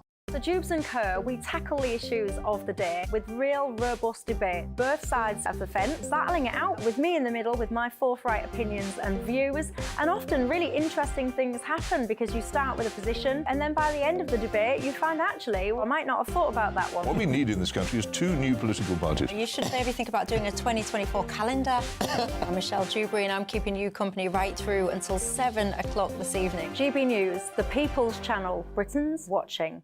Monday to Thursday, 9 p.m. till 11 p.m. Join me, Dan Wootton. I'll bring you the sharpest takes and hottest debates. Do you not believe in prison? I don't believe in prisons. I'm completely stunned. I guarantee you there'll be no spin, no bias, no censorship. I actually was personally quite offended by it. And no reason to go to bed. So I guess they've always been quite woke. That's Dan Wootton tonight on TV, radio and online. Monday to Thursday from 9 p.m. till 11 p.m. on GB News. The People's Channel, Britain's news channel. In a world of dull and predictable radio and TV shows. Oh, hi. On Mark Dolan tonight, we've got big guests. We drill into the big stories of the day.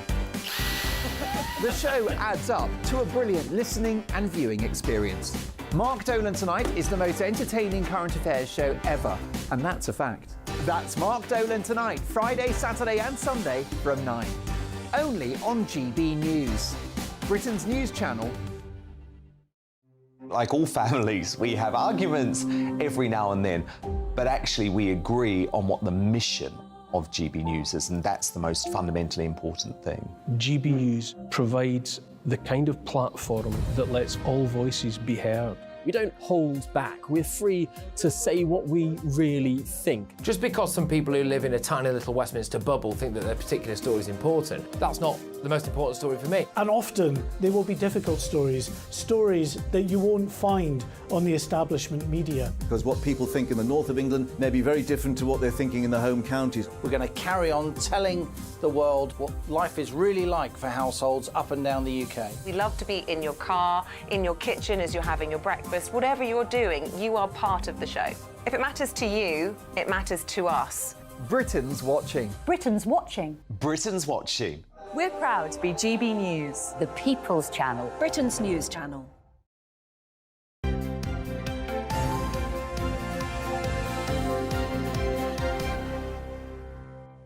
Good morning, you're watching and listening to Breakfast with Stephen and Ellie. And we're having a look at today's papers for you now. So the Mail leads with doctors being urged to call off their strikes after millions of public sector workers were offered a bumper pay rise. The Mirror says, is there any way back for Huw Edwards after the recent allegations?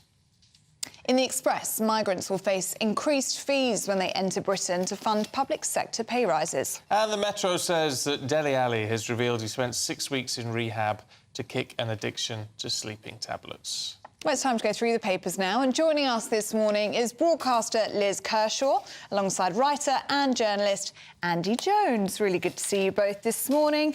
Andy, let's have a look at the Times, shall we? And this is Elon Musk and AI. He's always up to something, isn't he, this Elon Musk? So Elon Musk has warned that we face a Terminator future. Terminator is in the Arnie film where robots were running the world, and he says he has set up a committee, a task force to try and fight this off. He says how close we are to superintelligence. I always feel close to superintelligence sitting by you guys, I have to say that. That's true. It's bad. Apparently we're only 5 or 6 years away. Now, what do we mean by superintelligence? Superintelligence is the word given to where robots are significantly more intelligent than human beings. And obviously, if they're more intelligent than us, they can run the world, knock us out of stuff. The second there is actual artificial intelligence, which we don't have now, within about 10 minutes they'll be more intelligent than us. I mean, that's the whole thing with AI, is it can learn 1,000,000 times faster than we can, so it will just learn and be better than we are. Yes, I mean, the problem... I mean, we had a situation yesterday where a businessman in India laid off hundreds of his staff because he said AI can do the job cheaper and faster than they can. Well,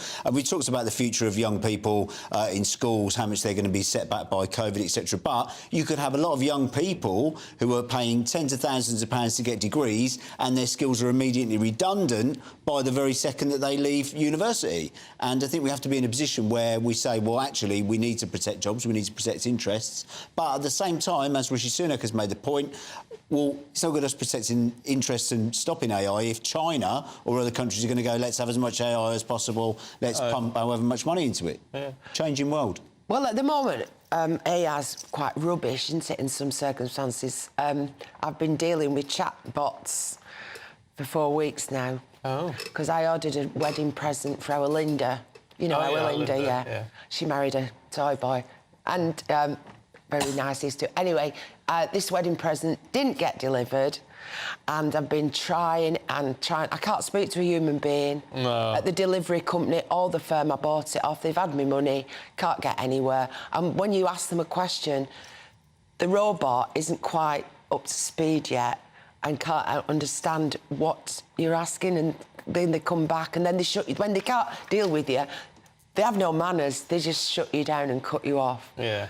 So I'd like to see a bit more and the other thing about intelligence of any kind. And the other thing about AI is they only train it on classic English cut glass accents. So if you've got a Birmingham accent or a Northern accent, or Birmingham accent like mine, or you speak quickly, it doesn't understand what you're saying anyway. I've said it before, I can't park in Westminster because the meters, when you try and say your registration on Ringo, it doesn't understand the flat vowel. No. So I have to put on a posh voice. I have to stand on the pavement instead of going, A-E-I-O-U 23. I'm sorry. And then you go, A-E-I-O-U 23. Your parking session has started. See, the robots are already shutting us out. Shut us out of the Prime Minister's phone and stopping Liz's parking. There you go, you see, it's calamitous. Liz, let's have a look at the Express, should we, and the BBC... Yeah, well, it's all over the papers again today, and various different angles. There's an interview with the parents of the young person who was in contact with Huw Edwards, and those parents first brought it to the attention of the BBC and the police, and in the end, the Sun newspaper. And then the stories about Victoria, Derbyshire, which David was talking about earlier, David Mellor. The people in the newsroom, Huw Edwards' colleagues, were already working on a story about him before this broke with the Sun. So this really begs the question, which I think is on a lot of people's minds, is how could this happen that people went to the BBC with such shocking claims and the BBC did nothing for 7 weeks? So my answer to that would, I've spent 35 years there with many different director generals and many different scandals and crises and cover-ups. And one thing people could do is spend time watching the 2 series of W1A, because it's comedy, but it's not fiction. And even when this blew up last week, somebody in the BBC described the scene where there are all these managers. Oh, that's very strong. In a glass room, maybe the Frankie Howard. I remember I went in for a meeting and they said, oh, we booked the Frankie Howard. We tried to book the Frankie Howard, but it's already booked, so we're in the Jill Dando. You know, and they think, what? Anyway, so they're all sat in there. They were all moaning because they wanted to be at home. They were all having expensive meals and ice creams brought in. Basically, if you remember in W1A, nobody spoke to the boss at the time, the Director General, Tony Hall. There was this running gag where one of them would say, well, Tony feels, or when I saw Tony this morning. And there's still that deference, and there's still that hierarchy, and there's still this autocrat at the top. And people are deferential. But there's a management structure which I've observed since the 80s. There's too many layers, there's too many of them, it's a waste of money. None of them make programmes, but they seem to exist to look after each other, watch each other's backs, self-promote, self-protect, and that takes up all the time with meetings, etc. But the main thing, the aim, is to suppress stuff. So if something's a bit awkward, you don't want those at the top to know about it. You keep it down. I have a lot of time for Tim Davie, of the half a dozen director generals that I've dealt with, and he would, I honestly believe, he doesn't suffer fools gladly. He can be very abrasive, which may be why some people are put off approaching him. But I honestly believe that he would not have had a clue about this until the press office was contacted by the Sun, and he would have gone mad. Meanwhile, somebody who did get hold of this when the parents first complained, and, by the way, was so upset with being fobbed off on the phone that the stepfather actually presented himself at BBC reception. Well, you're wasting your time, because nowadays they're all outsourced and they don't know anybody. They don't know what goes on behind the door. But they actually presented themselves and were turned away, and then they'd been to the police. Then, in desperation, they went to the Sun. But somebody will have got this in their in tray. I know, I've seen it.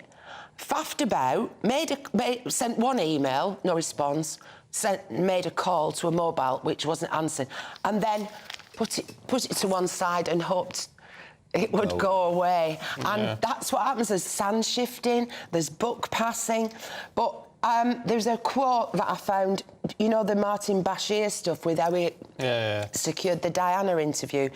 And it's now all been exposed that the management of the news division were complicit in that. They knew, a lot of them knew what I was doing. In fact, Tony Hall, who'd already left the BBC as Director General, had to resign as director, was he, of the National Gallery or some arty thing, because it was proved that he'd known about this. And the Telegraph ran an article a couple of weeks ago that the BBC said at the time that 2 years ago that they couldn't talk to Martin Bashir about it when Earl Spencer and Prince William come out because he was too poorly. But the Telegraph, through Freedom of Information, have uncovered a whole chain of emails to show that management back and forth were talking to Martin Bashir. So another lie. So when that so in 2021, the man who's now saying we'll sort this, Tim Davitt, said the BBC should have been more transparent about what it knew, more honest. We've learnt lessons. We've got better procedures in place. That's 2 full years. That was June 2021. That's 2 full years. And here we are. Nothing's changed. Yeah, it's annoyed me that senior figures at the BBC, senior journalists at the BBC, have started attacking the family involved in this case. But they did the compassionate, decent thing, which was they went straight to the BBC. They said, our son, who is vulnerable, is being paid huge sums of money by a key presenter. Well, they went, sorry to Andy, but they did go to the police first and were turned away. So in desperation, I think they went to the BBC. They went to the BBC, they went to the police, and then they went to the Sun, and they didn't get paid by the Sun. And there's this sort of nudge, wink, wink, that this is a sort of paid-for kiss and tell, and that's absolutely not the case. I think that's really what the public interest is here. It's not necessarily that BBC Newsreader has been up to this, which is also, I think, a public right-to-know story. The second piece is, if you have a legitimate complaint when you go to the BBC of something this serious about a key figure at the BBC, you don't get further than reception, and I think that's what's really disappointing. OK, let's move on from this one now before we get into any 2 more hot water on this one. Andy, let's have a look at the Sun, should we? Interesting line if you're over 80. Yes, we've already had a bit of pensioner misbehaviour on the show a moment ago, so we're now talking about the rise in old chaps on Viagra. Well, good on them. Last year, a few years ago, it was over 60s using Viagra, then a couple of years ago it was over 70s. Guess what we've got now? We've now got over 80s being given Viagra, including blokes 100+ who are still up for it. We're living longer. Good for them. What better way to cure depression, I say. But they gave... there were almost 200,000 prescriptions for Viagra-style medication issued to men in their 80s. Stuck for a gift for Father's Day, you know what to get, I think, these days. I think it's such a widespread problem. The problem I'm not going to mention, you know. But I've read a lot about it recently. You know, there's all this stuff last year about the menopause and female celebrities coming out and we need more medication and stuff. There's a lot of help for women when the hormones go into meltdown in middle age. And there are gynecologists, but there are no andrologists in the NHS. There's no doctors to specifically look at testosterone levels and performance levels, if I may put it like that. And I think that's wrong. Yes, probably. You'll need it one day, Stephen. Can we move on? Thank you very much indeed. Thank you, both Liz and Andy. A range of stories there. Thank you very much. Now, you OK? Yeah. Well, the King and Queen enjoyed a tour of the special coronation exhibition in the Buckingham Palace ballroom this week. Didn't have to go very far. Just nip downstairs. Nip down the hall. Oh, well, a special exhibition. We're just popping it in the lounge. From today, we can get in and see this special display of objects used and worn during the coronation in May. Cameron Walker got a sneak preview. A moment of history experienced by millions of people on their TV screens. But the public could only watch, support or protest from a distance. Today, Buckingham Palace is opening its doors for the first time since the death of Her late Majesty with a brand new exhibition showcasing both older and more modern items from King Charles and Queen Camilla's coronation. GB News has been given special access behind palace walls. I met the curator of the display, Sally Goodsir, who showed me the Diamond Jubilee state coach, parked outside the grand entrance of Buckingham Palace. It carried their Majesties to Westminster Abbey before they were crowned. Sally explains what the public can expect. I think it's this opportunity to see items that we might maybe saw from a distance at the coronation service. It's quite a complex service. The cameras were a little distance away from the events that were happening. But to really get within a metre, in many cases, of this incredibly intricate craftsmanship, I think that's probably the key highlight for me. Inside the ballroom, used by the King and Queen for coronation rehearsals and large enough to fit 72 double-decker buses, the small, intricate details of the items come alive. The Queen's 2 Jack Russells, Beth and Bluebell, and her grandchildren's names have been carefully embroidered onto her coronation dress. And the King's purple coronation tunic, glove and girdle can be seen up close by paying ticket holders. And the money generated by ticket sales supplements the taxpayer income the royal family receives to fund their official duties. The year before the pandemic, the Royal Collection Trust, which manages ticket sales, generated £7.3 million for the royal household. But the pandemic and lockdown meant income fell to zero, hitting royal finances hard. Income crept up slowly over the next 2 years, but a lack of international tourists limited sales. Current forecast for visitor numbers at occupied royal palaces is expected to return the income to pre-pandemic levels. Over the 10 weeks that Buckingham Palace is open, we're expecting between 300 and 400,000 visitors. At £30 for an adult ticket, that could generate more than £9 million for the royal household. It's understood there are plans to open up royal residences to the paying public for longer, but nothing official yet has been announced. Cameron Walker, GB News at Buckingham Palace. Well, to be fair, I would like to go and see that. Yeah. I think it'd be quite nice. Little bits of history. But I do We also... should go together. I also feel like we should put our coronation outfits together. Yeah. And, you know, I could pop them in my dining room and then I could have a tour... Charge a fee. I could have a tour the day before then, if you'd like to come and see what we were wearing and my you had coronation a beautiful tie. You had the little badgie thing. Oh, I had a little badgie thing. And I wore purple as well, because we matched and we're in our regal purple. Yeah, I think you could put them behind a glass sheet. Yeah, I think it'd go down a treat. And then you could do some refreshments in the dining room. Yeah, could do tea and scones. Could work. It's a good business model. Yeah, could work. Take after the King and Queen, we do. Yeah, we do. Yeah. Just a quick one. Mary says, as a younger me, I would have said Elizabeth Taylor would play me, but now Kathy Burke. Oh. Fair enough, Mary. Here's your weather. The temperature's rising. Boxed Solar, proud sponsors of weather on GB News. Good morning, my name's Rachel Ayres and welcome to your latest GB News weather forecast brought to you by the Met Office.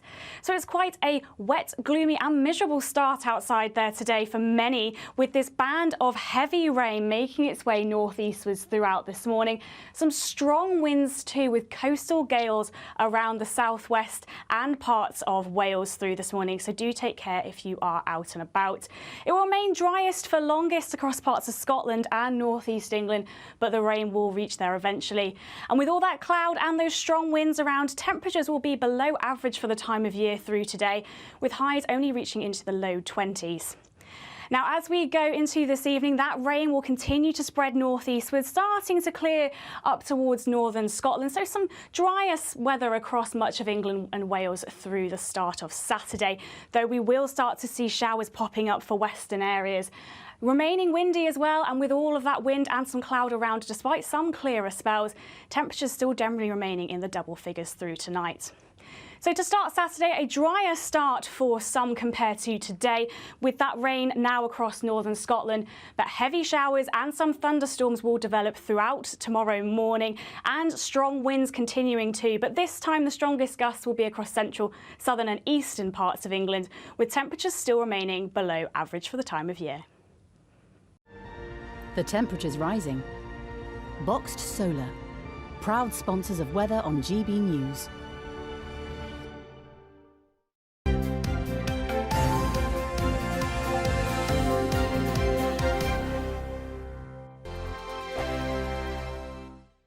What you get for breakfast is something that, if we do our jobs right, you will wake up to news that you didn't know the night before. It's a conversation. It's not just me and Eamon. We want to get to know you, and we want you to get to know us. From 6, it's Breakfast with Eamon and Isabel. Monday to Thursdays on GB News, Britain's news channel. Westminster is going around in ever-decreasing circles, followed by the media. Britain is broken. How on earth did we get into this mess? But more importantly, how do we get out of it? Join me at 7 p.m, Monday to Thursdays on Farage, here on GB News. We will have open, rational debate. We've got to work out how Britain moves forward from this. Join us here on GB News, the People's Channel. Britain is watching. When the news happens, it happens here. And really important breaking news. Breaking news this morning. On TV, radio and online, the news starts here on Britain's newsroom. All the biggest stories and the answers that you need from across the UK and beyond. Join Britain's newsroom from 9:30 on GB News. The People's Channel, Britain's news channel. Join me, Patrick Christie's, Monday to Friday, 3 till 6. We tackle the day's news agenda like you've never seen before. It's high tempo, high octane, the most controversial topics and the best guests. You will not be able to take your eyes and ears off it. I'm not afraid to ask the questions that you really want answered. 3 till 6 p.m, Monday to Friday on GB News, the People's Channel, Britain's news channel. People in Britain, they love free speech, but they also love fair play. I don't care if I'm speaking somebody from a trade union, from the Labour Party, somebody from the SNP. And I think the viewers like to see that actually we can challenge one another, but in a positive way. We think we ask the questions that people want to ask, and often we ask the questions that we wanted to ask in Parliament but never got the chance to ask. So join us every Saturday, 10 a.m. till noon on GB News, Britain's news channel. Hi, I'm Dan Wootton. You can watch me live on GB News Monday to Thursday from 9 p.m. And did you know that you can also watch and listen live on our website, gbnews.com? You'll always be up to date on the latest breaking news, as well as enjoying the best stories, opinions and shows. You can even join the debate under our live player as you're watching. So head straight to gbnews.com on TV, radio and online. GB News, Britain's news channel. It's all about family, being in people's living rooms, all the interaction and getting to know who our viewers and listeners are. When I was young, my dad used to say, "Nana, stop arguing." I wanted an outlet that would enable me to give my opinion. People are going through a really hard time right now, and I know that you don't feel like you're being listened to by the establishment. I came to GB News because it's the People's Channel and I want the audience to have their say on the events of the day. We're dynamic. We do something different. Democracy shows that the wisdom of the nation is in its people. I get to travel to find out what the story is from a personal perspective. The British people aren't fools. We know when we're not being told the full story. We've got to work out how Britain moves forward from this. It's the best country in the world. The establishment had their chance. Now we're here to represent your views. Britain's watching. Britain's watching. Britain's watching. We're proud to be GB News, The People's Channel, Britain's news channel.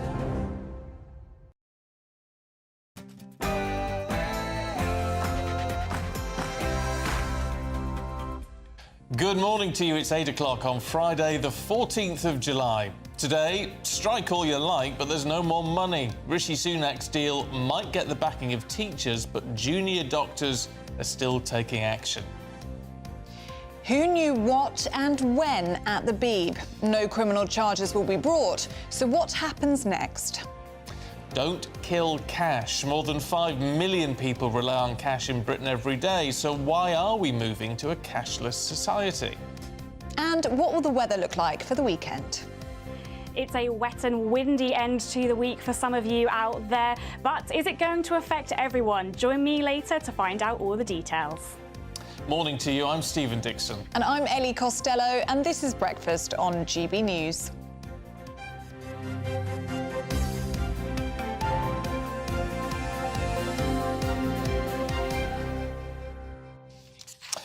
Lots of you being extremely rude this morning.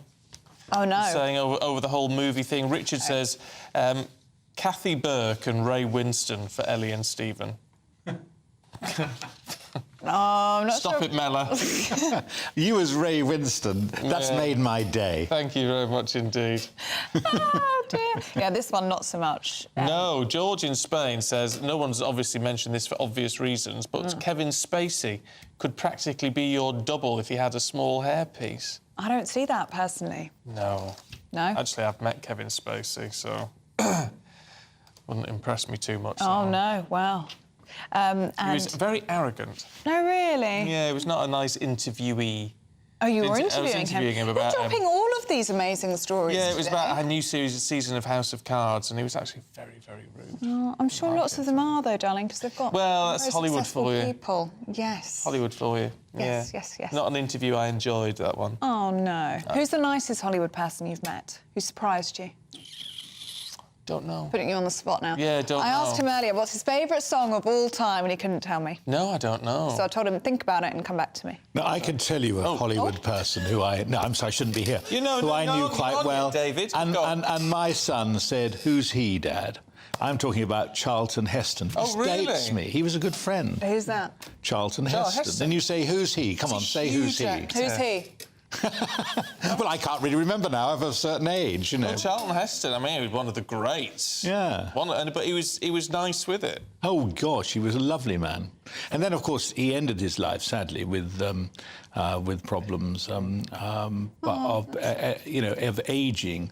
But when he was in his late prime, he was just one of the nicest men you could ever meet. Oh, wow. Don't you think that's nice when someone's super famous and they're really, really nice. lovely, and it's so surprising? I'll tell you who he's meant to be like that, though I've never had the pleasure, but I know people who have. Matt Damon is apparently a really nice man. Well, there you go. He married a waitress, didn't he? Anyway, I should shut up. You should send me home. No, I enjoy it when you jump in on our chats. I think it's really fun. Nice, because I feel left out otherwise. I know, well, it's a neurotic problem I have, you know, feeling left out. Don't you worry, David. We'll give you a full 5 minutes in a minute. Because David's here to talk about money. Yeah. Rishi Sunak has offered pay rises of at least... well, not at least. It's 5 to 7% for millions of public sector workers, including doctors and teachers. It's all meant, of course, to end the strikes. Yes, well, all 4 teaching unions said they would urge members to accept the PM's offer, which could end months of school disruptions. Well, meanwhile, the 5-day junior doctors' strike continues in what's thought to be the longest single period of industrial action in NHS history. Well, our national reporter, Paul Hawkins, joins us live now from St Thomas's Hospital, where, Paul, we believe that a picket line should have been taking place this morning, but it's all quiet there outside St Thomas's. Tell us more. Yeah, we've been speaking to the BMA, the British Medical Association, this morning. They've said that on day 2, the picket line here at St Thomas's Hospital, one of the biggest hospitals in London, likely to be organised locally. It may happen, it may not, but there won't be any BMA spokesperson here. We are, though, to see if any picket lines do form. The BMA, excuse me, and junior doctors very unhappy with the government's latest offer. Them on 35% to make up for what they say are 15 years of effectively pay cuts, and so 6% doesn't cut the mustard for them. They're waiting to essentially, they're saying that they are driving doctors away from the health service, and that the government has missed an opportunity to put an end to the strikes. Now, we know that the immigration health surcharge, which is a fee that migrants have to pay, that's going to rise from £624 to £1,000, and that's effectively going to fund this 6% pay increase. But the BMA are saying it's not enough, that many doctors are still leaving the health service and many going to work overseas where they can earn more and have better working conditions, and there is better recruitment around them. OK, Paul, look, we'll leave you there for now and see if anyone actually does turn up there on that picket line. Thanks very much. In the meantime, let's talk to David Mellor, who you know is sitting waiting, desperate to get a word in. Desperate. What do you make of this? I mean, the fact that the PM has said, right, the independent body, they've made their submissions, we are accepting it. Well, I think they have to do that, because, you know, the reason you have independent pay bodies is so that what they recommend can be accepted. And once you start throwing it back in their faces, you take away what, for the government, is a crucial protective mechanism. This is not the government making a decision. This is an independent body. But let's be quite clear about this. This is inflationary. And the idea that they're not going to have to fully fund it, I think, is optimistic. When I was Chief Secretary of the Treasury, there were lots of instances where departments would come in and ask for more money, and they say, of course, half of it we'll absorb from the money you've already given us. And I said, pull the other one. It's got bells on. You know, the Labour Party always used to be in trouble under Neil Kinnock for claiming that they would not impose more increases in tax. They would get the money through efficiency savings. Well, it's a joke. It won't happen. And this is an inflationary increase. And the danger, of course, with the NHS in particular, is that if you pay the kind of massive increase backdated to 2008 that the junior doctors want, what happens to the patient care and the ever-increasing costs of patient care as technology becomes more expensive for which people are treated. I mean, I think that is the question really at the heart of the matter, isn't it? Is these pay rises, where are they coming from? Exactly. How are they being funded? I mean, because the government has always pushed it back against these chunky pay rises, saying they're going to be inflationary. So they're saying now it's coming out of existing budgets. But then the doctors, I mean, the NHS Confederation has come out and said, well, there's no fat on the bone. There's nothing in those pre-existing budgets where pay rises can come out of. Exactly. And in fact, you know, but the BMA, remember Ken Clarke, when he was Health Secretary and I was his Minister of State, saying to me, people think the manual trades unions are the ones we have to worry about. They're not. It's people like the BMA who come out with outrageous claims whilst making people think they're talking to a doctor and not to a pretty cynical negotiator. And, you know. Andy, what about putting it into real terms, which I know you've got to look at when you're in politics and looking at the economics, you've got to look in macro terms. I get that. Elaine in France, though, says 35% increase would raise junior doctors from, on average, £14 an hour to £18 an hour. 6% takes them to £14.84. Doesn't seem very fair. No, it doesn't. But equally, we have to accept the fact that, look, when you look at the huge increases in NHS funding, if that's not enough, you know, at the end of the day, we're going to end up just spending money on the NHS. It has an amazing ability to take whatever spare money the government has and then multiply it. I don't have a lot of sympathy with the BNA because they've been playing the same old game time after time. I mean, I remember getting into terrible trouble when I was Minister for Health because their story then was that junior doctors were so exhausted that one of them collapsed over an operating table with exhaustion. He was never named. And when I said this was a fisherman's tale, the tabloids were onto me like a shot. But, you know, as a minister, you cannot allow yourself to be manipulated. I think if they can actually, if the government can actually draw a distinction between the teachers, who, let's face it, my dad was a state school teacher, pretty cynical bunch as well, but at least they have now seen the reality.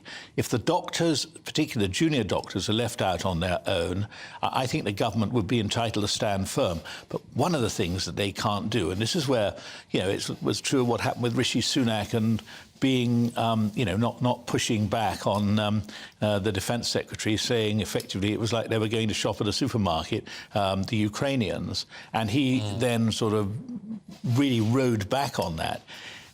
Rishi, there's no room for Mr. Nice Guy in all of this. Well, he's not been nice, has he, when he sort of says, I mean, quite literally said, strike all you like, there's no more money. Yeah, but do you believe him? Well, actually, I hope it's true. I do believe him in the sense that I don't know how he can, after saying it like that, I don't know how you could row back from that. But the danger, you look, I'm a big fan of Rishi Sunak, and you know, the idea that anyone could have preferred Liz Truss to him is risible. But the danger for Rishi is if people don't think he's strong, they'll always be pushing back at him. He's got to have a victory somewhere along the line. I'm not talking about the election here. I'm talking about a victory where his policies are seen to have done the business. At the moment, he identified the 5 things that he wanted to do, and none of them are looking likely. No, I did think it was interesting. Did it strike you that when he was giving the speech yesterday saying, you know, this is it, this is the deal, there is nothing else, on the backdrop behind him were listed his 5 priorities? I thought, well, he's not shying away from that. No, but he hasn't. Look, I would like him to do well. I almost go on my knees and pray for him to do well. But the problem is that he isn't delivering on these things, and that's because there's a vital component of leadership. You've got to be absolutely outrageous and particularly kicking the backsides of your colleagues. Margaret Thatcher was good at that. I mean, she once pinned me in a corner, thrust her nose almost into my cheek and said, you do this or you do that. And people don't believe that. I said, I'm used to it. My mum used to do that to me. But basically, if you're not tough, unreasonable and sometimes pretty extreme in the way you deal with your colleagues, you're never going to get anything done. And with at least Margaret Thatcher, I'm not talking about myself here, had some really rather gifted people who were close associates of hers. I'm not sure where the gifts repose in this cabinet. So So, Mystic Mella, where do you think we go from here then? Paul Hawkins is stood on a very quiet picket line. I mean, it doesn't exist at the moment outside St Thomas's. That may suggest that the BMA are thinking about their next move. Do you think this will be accepted? I mean, so far they've said they're not happy. Well, I think it depends where the BMA think there's any advantage to them. And I think it's a bit too early. They will obviously be taking soundings. I mean, but what I cannot see is going back to 2008 and building your pay rise based on levels in 2008. If everybody did that, we would have... I mean, it would be extraordinary, the wage inflation that there would be. And, you know, I'm old enough to have lived through wage inflation when inflation, remember, under Labour in the 70s was 30%. And that was because one after another, huge pay rises were inflicted, and then other pay rises came in to compensate for the resultant effect on inflation. Yeah, well, that's somewhere we definitely don't want to be again. David, as always, good to see you. Thank you very much indeed. Yeah, lots of you getting in touch on that. I had a view I wanted to read, which I now won't be able to find. Was it Kevin in Newcastle? It was Kevin in Newcastle. How did you know? Ah, psychic. I think the 6.5% offered to the public sector is more than enough. People who work in this sector always say they're on lower wages than the private sector, but they do generally have job security. Also, a very generous pension scheme. There you go. That's what Kevin thinks. What do you think? gbviews@gbnews.com. We do love to hear from you, don't we? Oh, we certainly do. Now, the BBC is resuming an internal investigation into Huw Edwards after the police found no criminal behaviour over a claim that he paid a young person for explicit content. However, it has emerged that some BBC journalists have already been secretly investigating him prior to the claim published by the Sun newspaper. So what happens next in all of this? Let's talk to barrister and former journalist Jennifer Nadell. Jennifer, good to see you this morning. This just seems one heck of a, frankly, dirty mess now, and the BBC's coming out of this very badly.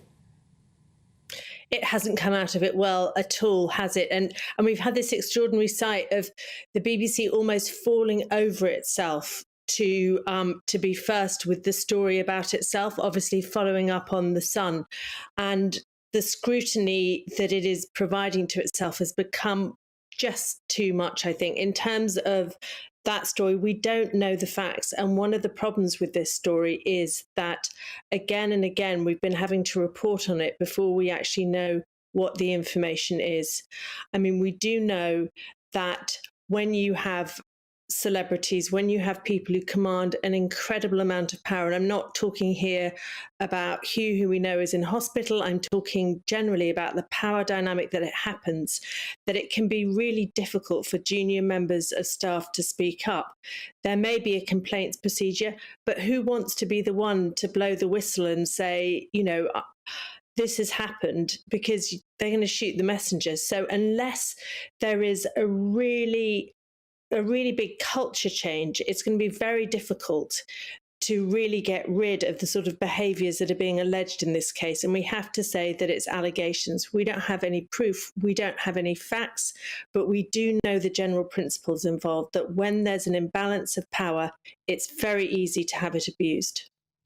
As a former BBC journalist, what is your reaction to reports in the newspapers today that Victoria Derbyshire was actually looking into these allegations made against Huw Edwards before this expose in the Sun newspaper? And that was for a story that was going to be on Newsnight. Well, it's interesting, isn't it? Because we've had the Philip Schofield story. We've had many stories where the behaviours of the individuals concerned have been known. It's been an open secret within the newsroom, but things haven't happened. We don't know about Victoria's story. We don't know what the facts are. We don't know if the allegations are serious or have been stood up. But what we do know is that often we're the last to know, and that people's behaviour, inappropriate though it is, often persists. And again, I want to stress that we don't know the truth of these allegations, but what we do know is that often the behaviours are known, they're seen, they're tolerated, because almost the star is too big to fall.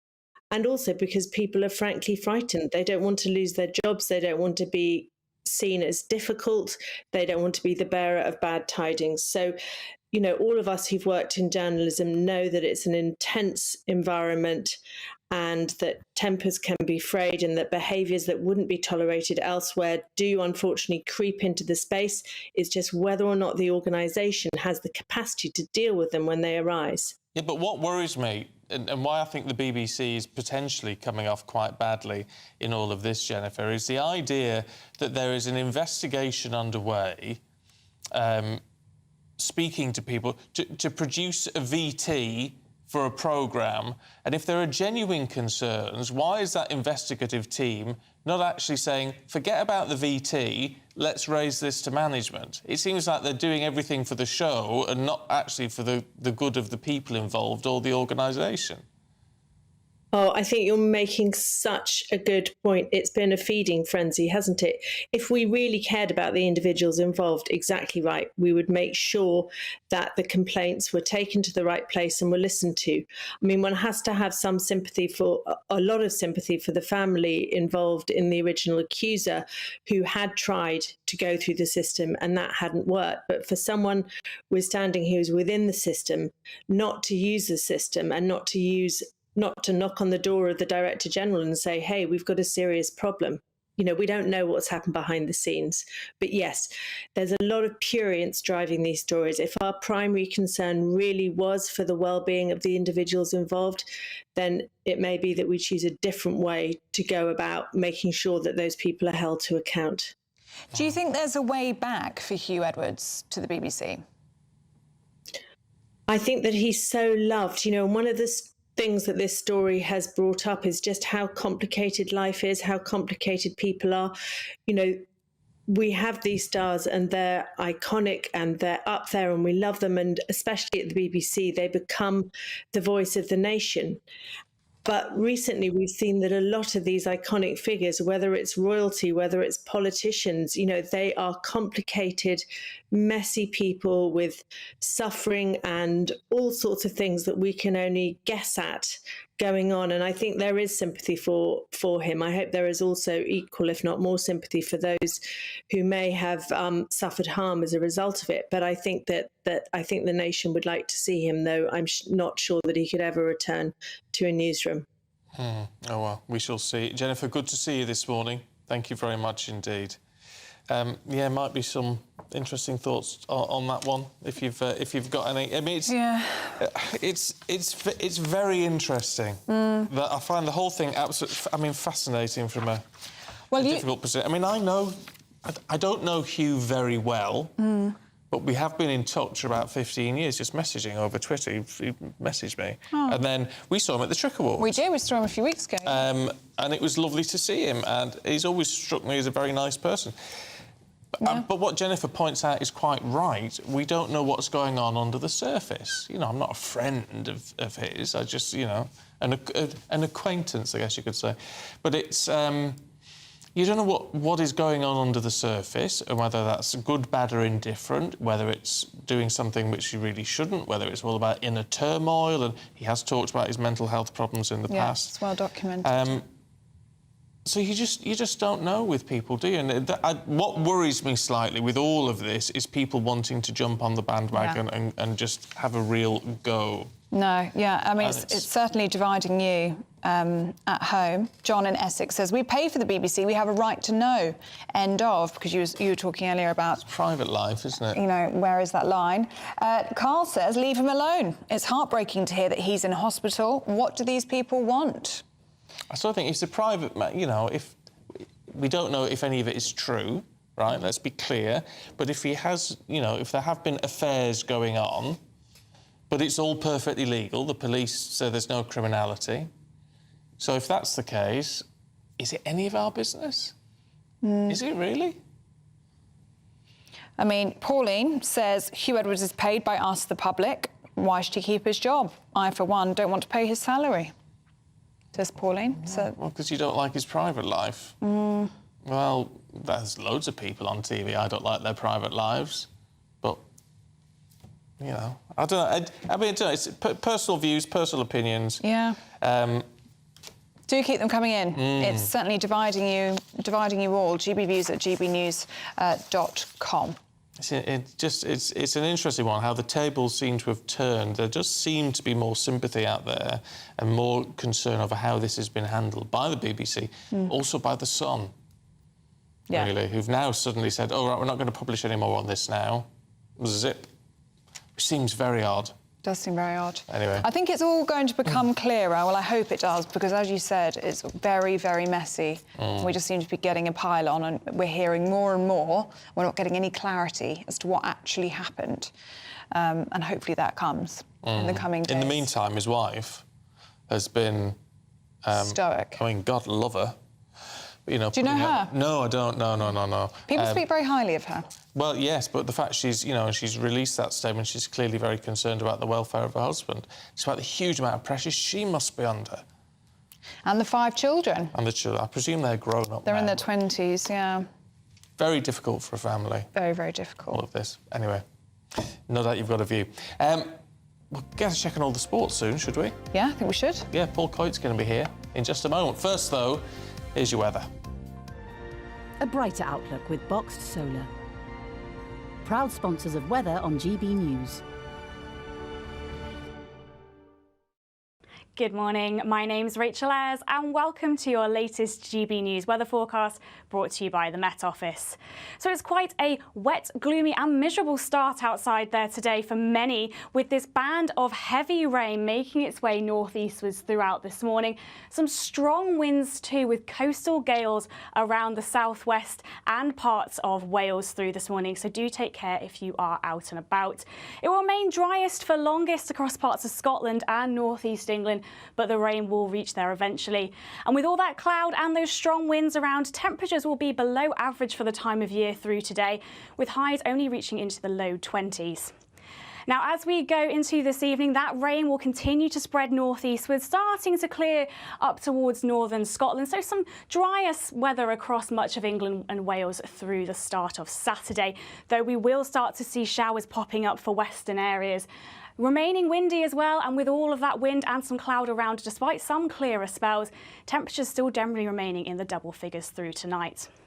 So to start Saturday, a drier start for some compared to today, with that rain now across northern Scotland. But heavy showers and some thunderstorms will develop throughout tomorrow morning, and strong winds continuing too. But this time the strongest gusts will be across central, southern and eastern parts of England, with temperatures still remaining below average for the time of year. A brighter outlook with Boxed Solar. Proud sponsors of weather on GB News.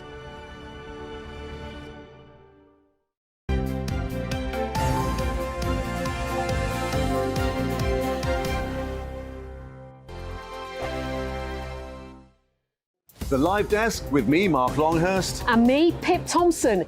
It's here Monday to Friday on GB News. From midday, we'll bring you the news as it breaks, whenever it's happening and wherever it's happening, from across the UK and around the world. Refreshing, feisty, but with a bit of fun too. If it matters to you, we'll have it covered on TV, radio and online. Join the Live Desk on GB News, the People's Channel, Britain's news channel.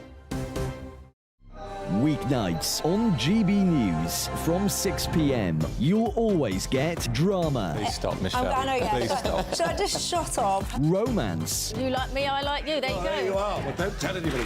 Adventure. Etc. That's the whole point. But and action. Sergeant, the big read my superstar panel. They're already at it. They're fighting. It's going to be quite a show. Only on GB News, the People's Channel, Britain's news channel. So Jubes and Kerr, we tackle the issues of the day with real robust debate, both sides of the fence, battling it out with me in the middle with my forthright opinions and views. And often really interesting things happen because you start with a position and then by the end of the debate you find actually, well, I might not have thought about that one. What we need in this country is 2 new political parties. You should maybe think about doing a 2024 calendar. I'm Michelle Dewberry and I'm keeping you company right through until 7 o'clock this evening. GB News, the People's Channel, Britain's watching. Monday to Thursday, 9 p.m. till 11 p.m. Join me, Dan Wootton. I'll bring you the sharpest takes and hottest debates. Do you not believe in prison? I don't believe in prisons. I'm completely stunned. I guarantee you there'll be no spin, no bias, no censorship. I actually was personally quite offended by it. And no reason to go to bed. So I guess they've always been quite woke. That's Dan Wootton tonight on TV, radio and online. Monday to Thursday from 9 p.m. till 11 p.m. on GB News. The People's Channel, Britain's news channel. In a world of dull and predictable radio and TV shows. Oh, hi. On Mark Dolan tonight, we've got big guests. We drill into the big stories of the day. The show adds up to a brilliant listening and viewing experience. Mark Dolan Tonight is the most entertaining current affairs show ever, and that's a fact. That's Mark Dolan Tonight, Friday, Saturday and Sunday from 9. Only on GB News, Britain's news channel. Like all families, we have arguments every now and then, but actually we agree on what the mission of GB News is, and that's the most fundamentally important thing. GB News provides the kind of platform that lets all voices be heard. We don't hold back. We're free to say what we really think. Just because some people who live in a tiny little Westminster bubble think that their particular story is important, that's not the most important story for me. And often there will be difficult stories, stories that you won't find on the establishment media. Because what people think in the north of England may be very different to what they're thinking in the home counties. We're going to carry on telling the world what life is really like for households up and down the UK. We love to be in your car, in your kitchen as you're having your breakfast. Whatever you're doing, you are part of the show. If it matters to you, it matters to us. Britain's watching. Britain's watching. Britain's watching. We're proud to be GB News, The People's Channel, Britain's news channel.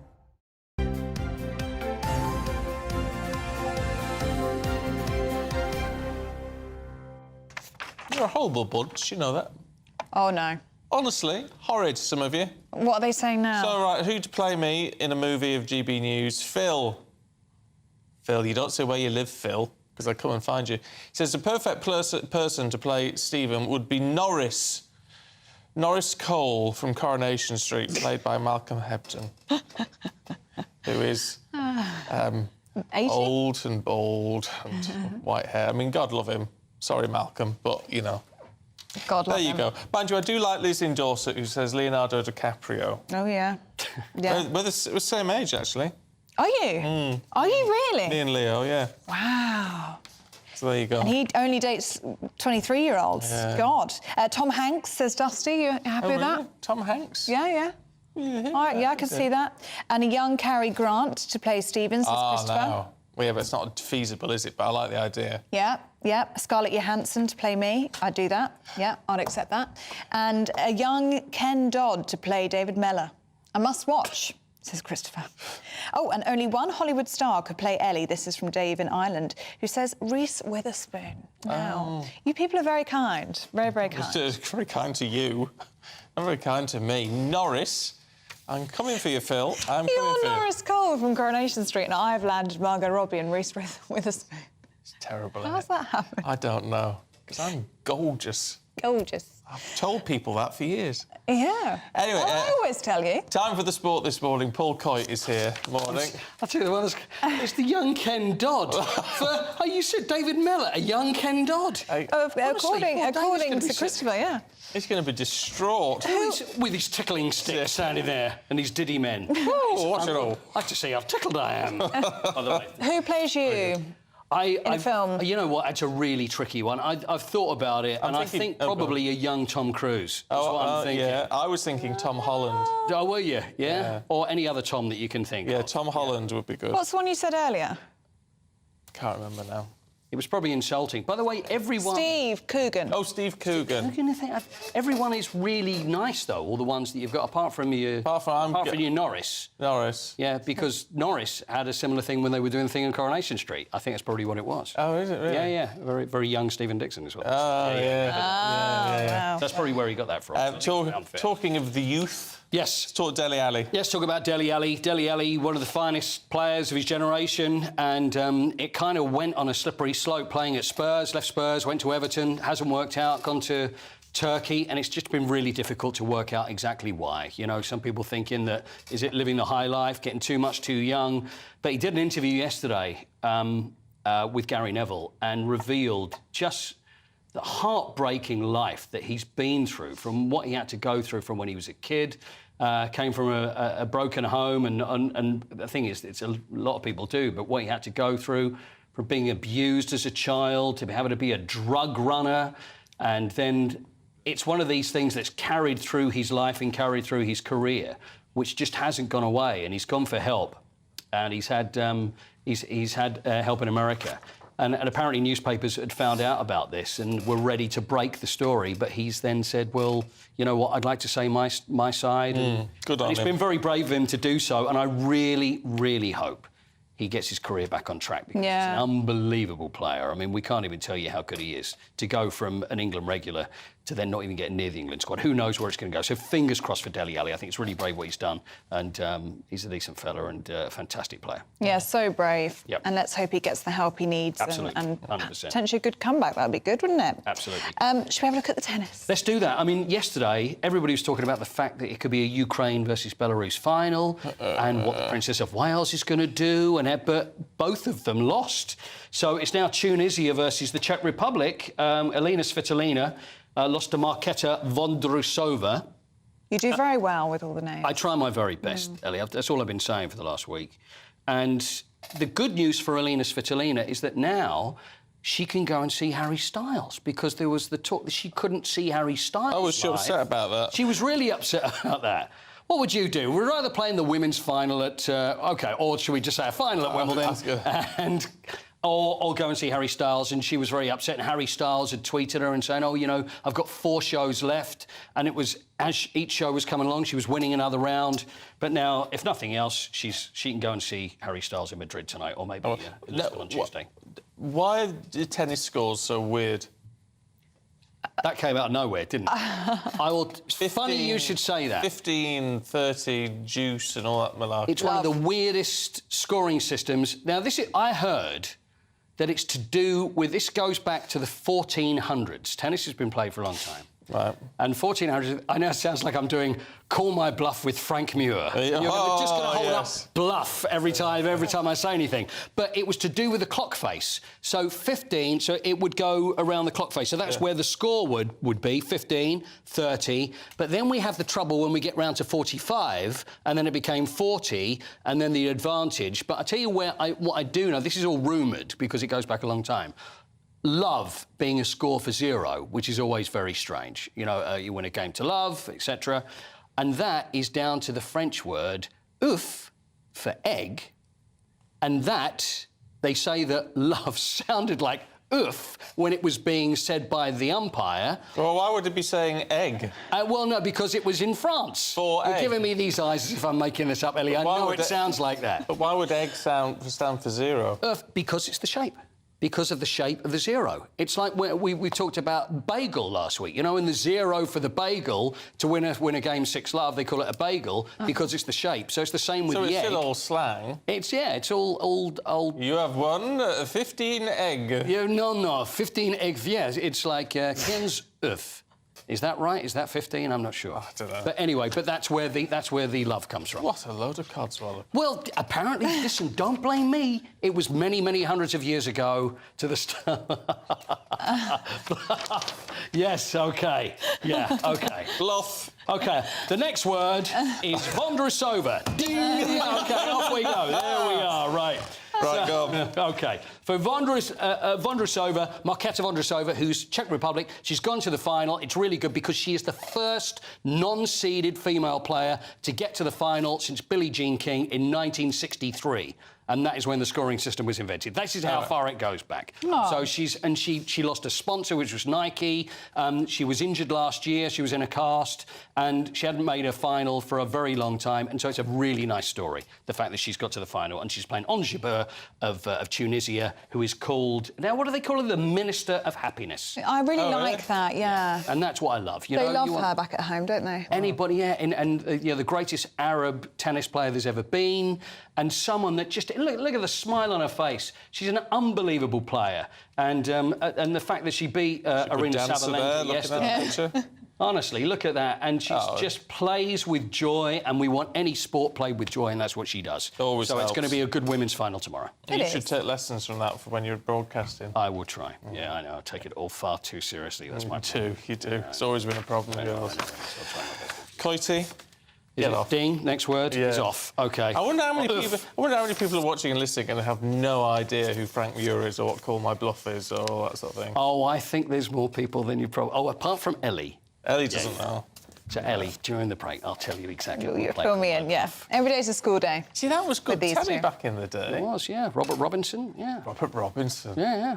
When was that? Well, you get two panels and they would have a word and they wouldn't know what it meant, and you would get three kind of celebrities that would give their own version of what the word would be, and you have to guess which one it was. Oh, that sounds quite fun. As you saw, Stephen. I get it now. Yeah. Get it now. Very good. Anyway, get out. Liz Kershaw and Andy Jones. Norris, I'm coming for you, Phil. I'm coming for you, Phil. Liz Kershaw and Andy Jones are going to take us through the papers very soon. This is Breakfast on GB News.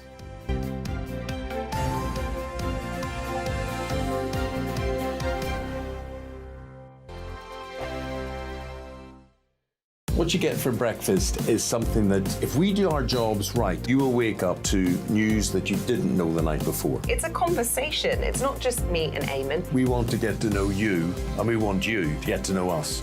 From 6, it's Breakfast with Eamon and Isabel. Monday to Thursdays on GB News. Britain's news channel.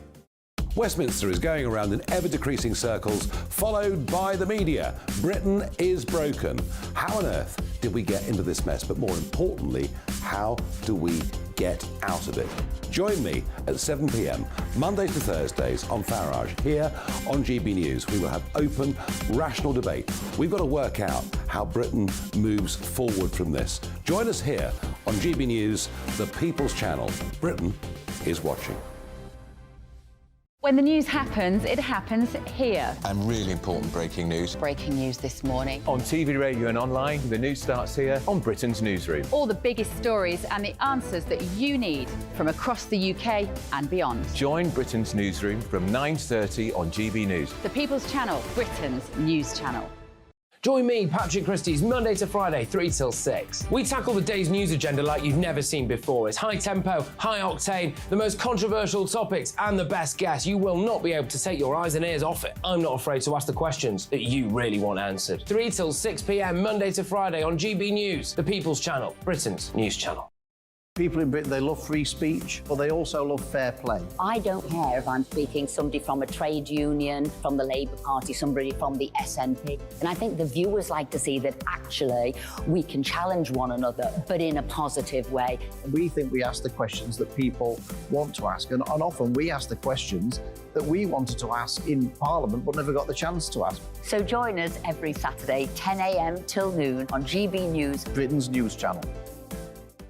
Hi, I'm Dan Wootton. You can watch me live on GB News Monday to Thursday from 9 p.m. And did you know that you can also watch and listen live on our website, gbnews.com? You'll always be up to date on the latest breaking news, as well as enjoying the best stories, opinions and shows. You can even join the debate under our live player as you're watching. So head straight to gbnews.com on TV, radio and online. GB News, Britain's news channel. It's all about family, being in people's living rooms, all the interaction and getting to know who our viewers and listeners are. When I was young, my dad used to say, "Nana, stop arguing." I wanted an outlet that would enable me to give my opinion. People are going through a really hard time right now, and I know that you don't feel like you're being listened to by the establishment. I came to GB News because it's the People's Channel, and I want the audience to have their say on the events of the day. We're dynamic. We do something different. Democracy shows that the wisdom of the nation is in its people. I get to travel to find out what the story is from a personal perspective. The British people aren't fools. We know when we're not being told the full story. We've got to work out how Britain moves forward from this. It's the best country in the world. The establishment had their chance. Now we're here to represent your views. Britain's watching. Britain's watching. Britain's watching. We're proud to be GB News, The People's Channel. Britain's news channel.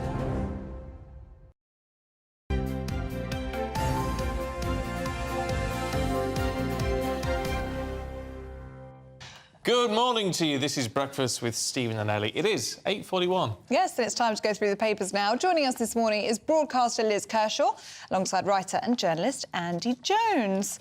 Liz, should we start with your story in The Telegraph? It's the front page about Chinese spies.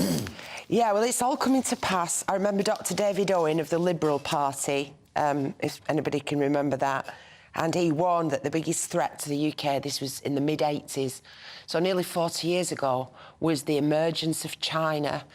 And a Commons committee this week, the Parliament's Intelligence and Security Committee, said that China's ambition to become an economic superpower presents the greatest risk to the UK. And we all heard recently, didn't we, about Thames Water going bust? Yeah. And the major shareholder in that, to all our shock and horror, is China. And how can China possibly own the staff of our life in the UK? Wow. You know, you'd think we would own it, wouldn't you, as a nation? Anyway, and they also... Well, the French own half our... The French own our electricity. The Chinese trying to get into nuclear energy in the UK. Do you remember when they were trying to set up our 5G communications and that was stopped at the 11th hour? But they're the experts on it. This is why I don't understand. Huawei are the leaders in 5G communication. Yeah, but then they own it. And also, you know, the number of university places that are occupied now by Chinese students, because it brings in the cash, especially the Russell Group universities, including Oxford and Cambridge, caught that, but they're now infiltrating university thinking with groups, PR. They've got spies in Parliament, in government. Wow. And the other thing is that across the world, you know, we've got a war going on in Ukraine where Russia's invaded part of the European continent. But China does it far more insidiously. You don't have to send an army in. They now own half of Africa. Yeah. Because they set us some poor African country. They've bought the way in. We'll build you a new dam and you can pay us back. And then they default on the loan and they take ownership of the dam. So they're owning all the infrastructure. They're buying up all the lithium mines across the world. They're doing it for rare earth. If you want a wind terminal, then the central part of that can only be obtained from China. And in the Caribbean, they're giving money to Jamaica and Barbados so that they turn on the Commonwealth because we can't give them that kind of cash. Well, it's clever thinking, isn't it? Well, it's scary stuff. The language of this report is scary stuff because it says this is a whole state assault by China which targets politicians, military and infrastructure, and it warns of a nightmare scenario where China had technological supremacy, it probably already does, and exerts political influence. And as Liz touched on, they're investing really heavily in our universities, particularly places like Cambridge, where our future leaders are may come from, our future technological wizards, etc., etc. And it's quite alarming. And also, obviously, to have all of this expertise, we don't then have that expertise ourselves, so we become more and more reliant. Well, instead of scaring ourselves to death, let's have a look at the Times, should we? And Jensen Button's wife is livid. Livid, yeah. You can do a lot. You can upset a woman in lots of ways, but don't damage her handbag, particularly if it's. I don't know whether you've got a more expensive bag than this, Ellie, but a £20,000 Birkin handbag. This is the wife of Jensen Button, model Brittany Ward. Her £20,000 Birkin handbag was damaged. Is that how you spell Brittany? Just let me say, B-R-I-T-T-N-Y. It's how the Times has got it, and that's how the lady spells it.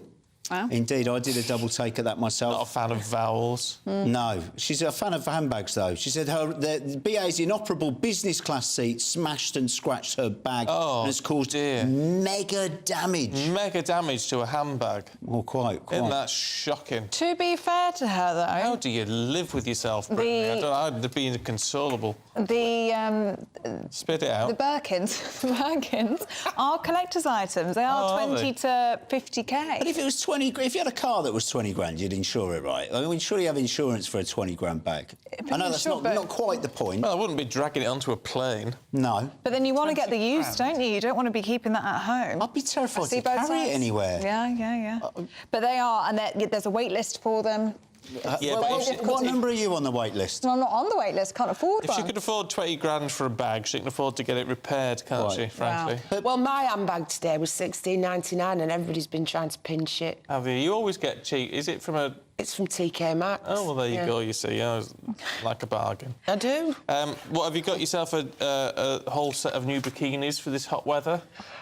For my holidays, yeah, I have. And, yeah, and a new one-piece cosy as well, because I thought I'd be sophisticated. Oh, it's more sophisticated. It was from Thasda, £10. All right, because we are heading towards the second heatwave, says the Mail. I picked this because this morning, annoyingly, you know it is, when you've got to get up at 3:30, you wake up at 1:30. Oh. So I got a coffee and I sat in bed scrolling the papers on my laptop, and this headline grabbed me. It's a different headline in the print version, but I just had to read this to you. Cerberus's Inferno. Europe set to hit its hottest temperature ever, lie, within days, as double heat waves that are named after mythological gardens of hell leave continent boiling in sweat. So the whole landmass is sizzling in scalding body fluids. It's ridiculous. So it can't be the hottest temperature ever, because we've only had modern comparable records since 1850. It was 5 degrees hotter in Roman times. It was 3 degrees hotter in medieval times. I don't mind people saying it's getting hotter and, you know, there's this trend or whatever, but it's like a religion, the way this is written. When we were all covered in mud and we were living in dung huts, and nobles went by, in, you know, like in the Monty Python's film. It's the king. How do you know it's the king? What's going on in Yardley? Anyway, yeah. Anyway, this is... I'll just read this. It is very hot. Quickly. Yeah. I've been in Sardinia when it was like having a hairdryer in your face in 2003, and a lot of people died that year in Europe. But... it says here, Cerberus exhausts itself. Italian weather forecasters are now predicting Chiron, named after Hades' ferryman.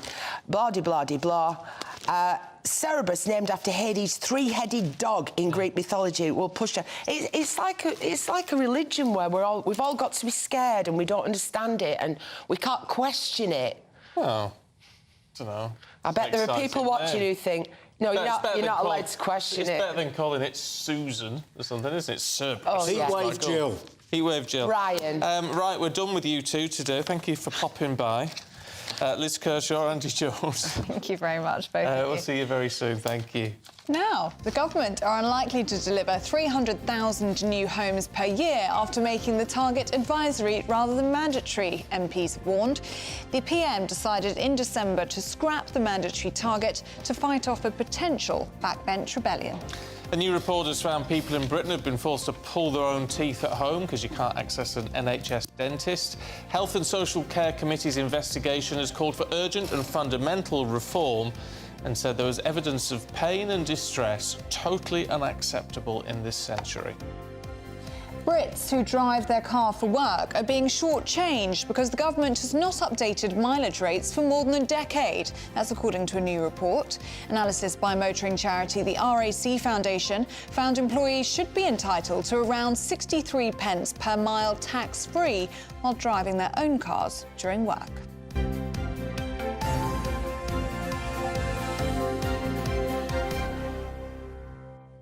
Time for Tech Sheet this morning. Oh, I Stephanie's like here. that. I thought you might. My uni mates used to call me the Tech.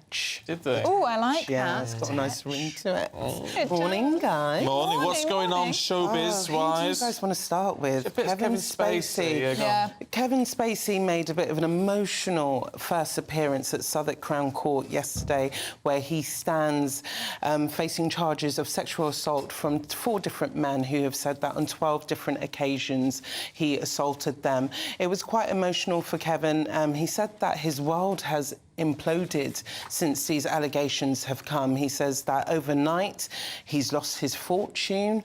He says he's lost his career. It's just his whole world has been turned upside down. And yesterday he really, for the first time, really got to address these allegations. He says he's a big flirt. He says he doesn't deny that. He says that, but he was never on a suicide mission, he said, with these assaults. He kind of talked about all the accusations, and he says, you know, it's been very disheartening for him. And even when it came down to his sexuality, he feels like he was forced to come out as gay in 2017, where he was facing another civil lawsuit from Anthony Rapp, which actually got dismissed out of a US court last year. So he is very eager to fight these accusations, and it's quite interesting because you hear the, you know, the victim side stories, but you never get to hear the accuser's side. So it's been quite interesting to see what he has to say about what's happened. Oh, well, that case continues, doesn't it, for some time yet.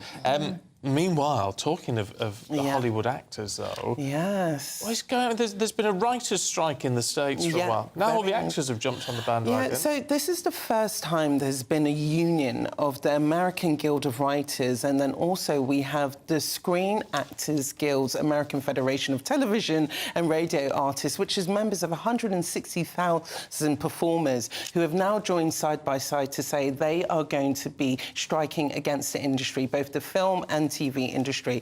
So why is this happening? Over the past 4 weeks, negotiations have been trying to come to agreement so that actors can receive better wage, and this is also for production staff as well, for them to have fairer working conditions.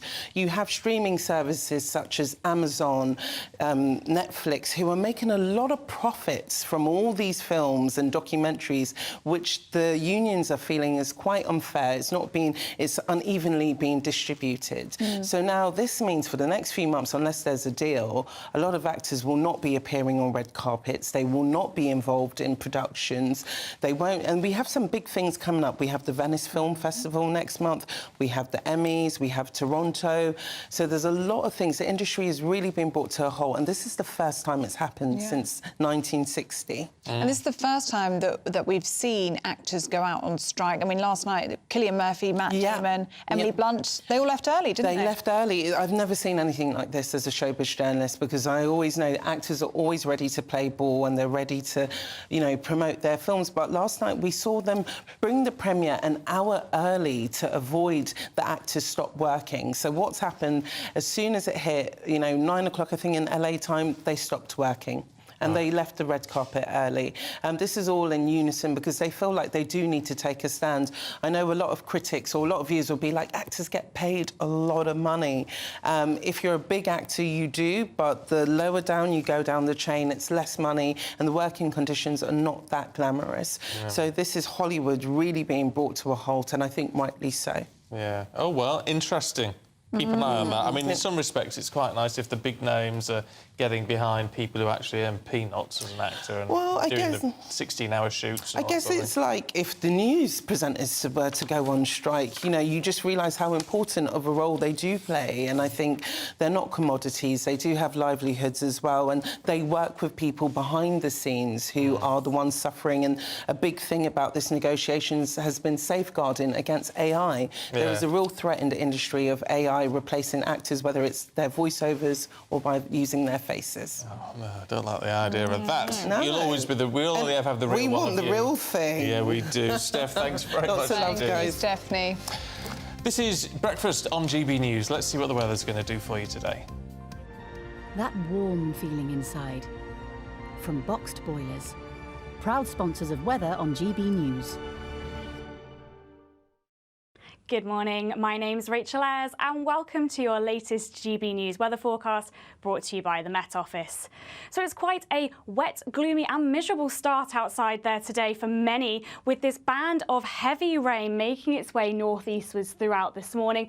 Some strong winds too, with coastal gales around the southwest and parts of Wales through this morning, so do take care if you are out and about. It will remain driest for longest across parts of Scotland and northeast England, but the rain will reach there eventually. And with all that cloud and those strong winds around, temperatures will be below average for the time of year through today, with highs only reaching into the low 20s. Now, as we go into this evening, that rain will continue to spread northeastwards, starting to clear up towards northern Scotland. So some drier weather across much of England and Wales through the start of Saturday, though we will start to see showers popping up for western areas. Remaining windy as well, and with all of that wind and some cloud around, despite some clearer spells, temperatures still generally remaining in the double figures through tonight. So to start Saturday, a drier start for some compared to today, with that rain now across northern Scotland. But heavy showers and some thunderstorms will develop throughout tomorrow morning, and strong winds continuing too. But this time the strongest gusts will be across central, southern and eastern parts of England, with temperatures still remaining below average for the time of year. That warm feeling inside. From boxed boilers. Proud sponsors of weather on GB News.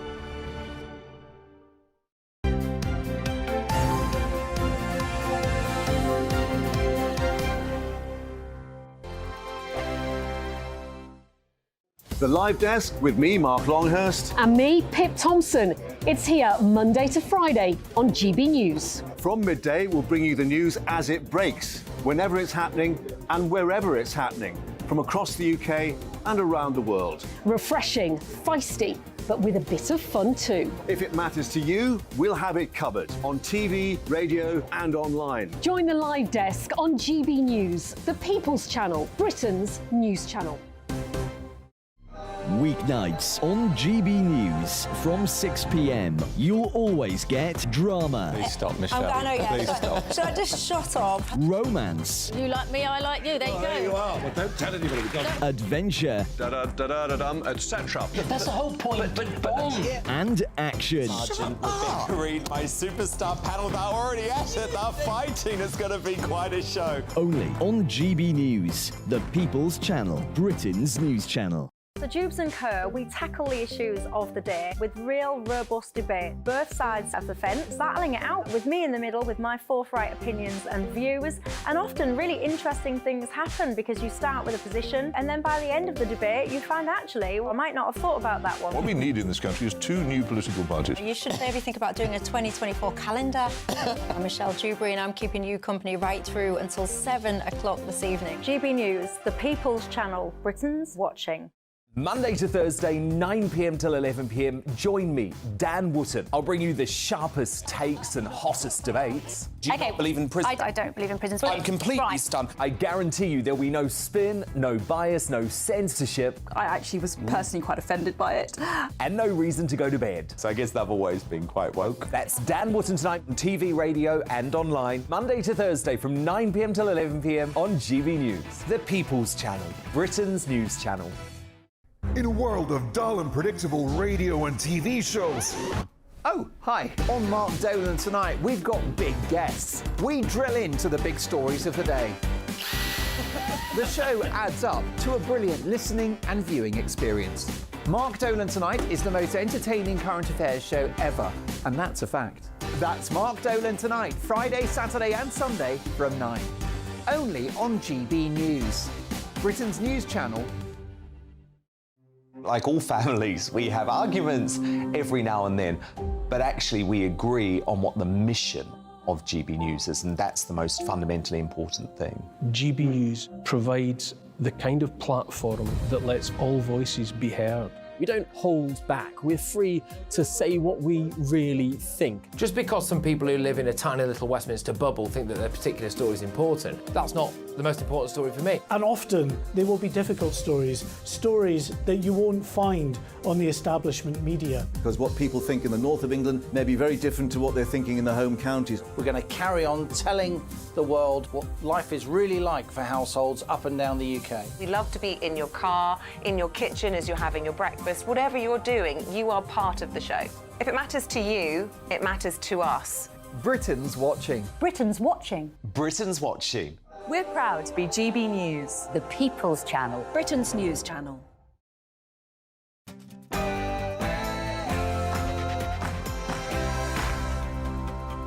Good morning, 9 o'clock, Friday the 14th of July. Today, strike all you like, but there's no more money. Rishi Sunak's deal might get the backing of teachers, but junior doctors will still strike. Who knew what and when at the Beeb? No criminal charges will be brought, so what happens next? Don't kill cash. More than 5 million people rely on cash in Britain every day, so why are we moving to a cashless society? And what will the weather look like for the weekend? It's a wet and windy end to the week for some of you out there, but is it going to affect everyone? Join me later to find out all the details. Good morning to you. I'm Stephen Dixon. And I'm Ellie Costello, and this is Breakfast on GB News.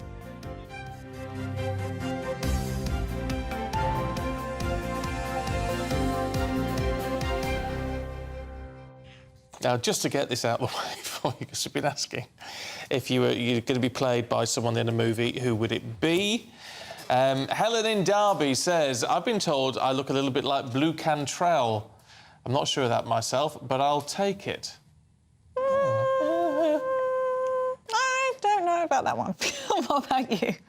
I don't know if I can see that. In the photo, you've got a very similar pose. I mean, you look better than Blue Yeah, Cantrell I would. does in That's that a good picture. answer. You look better. Yeah.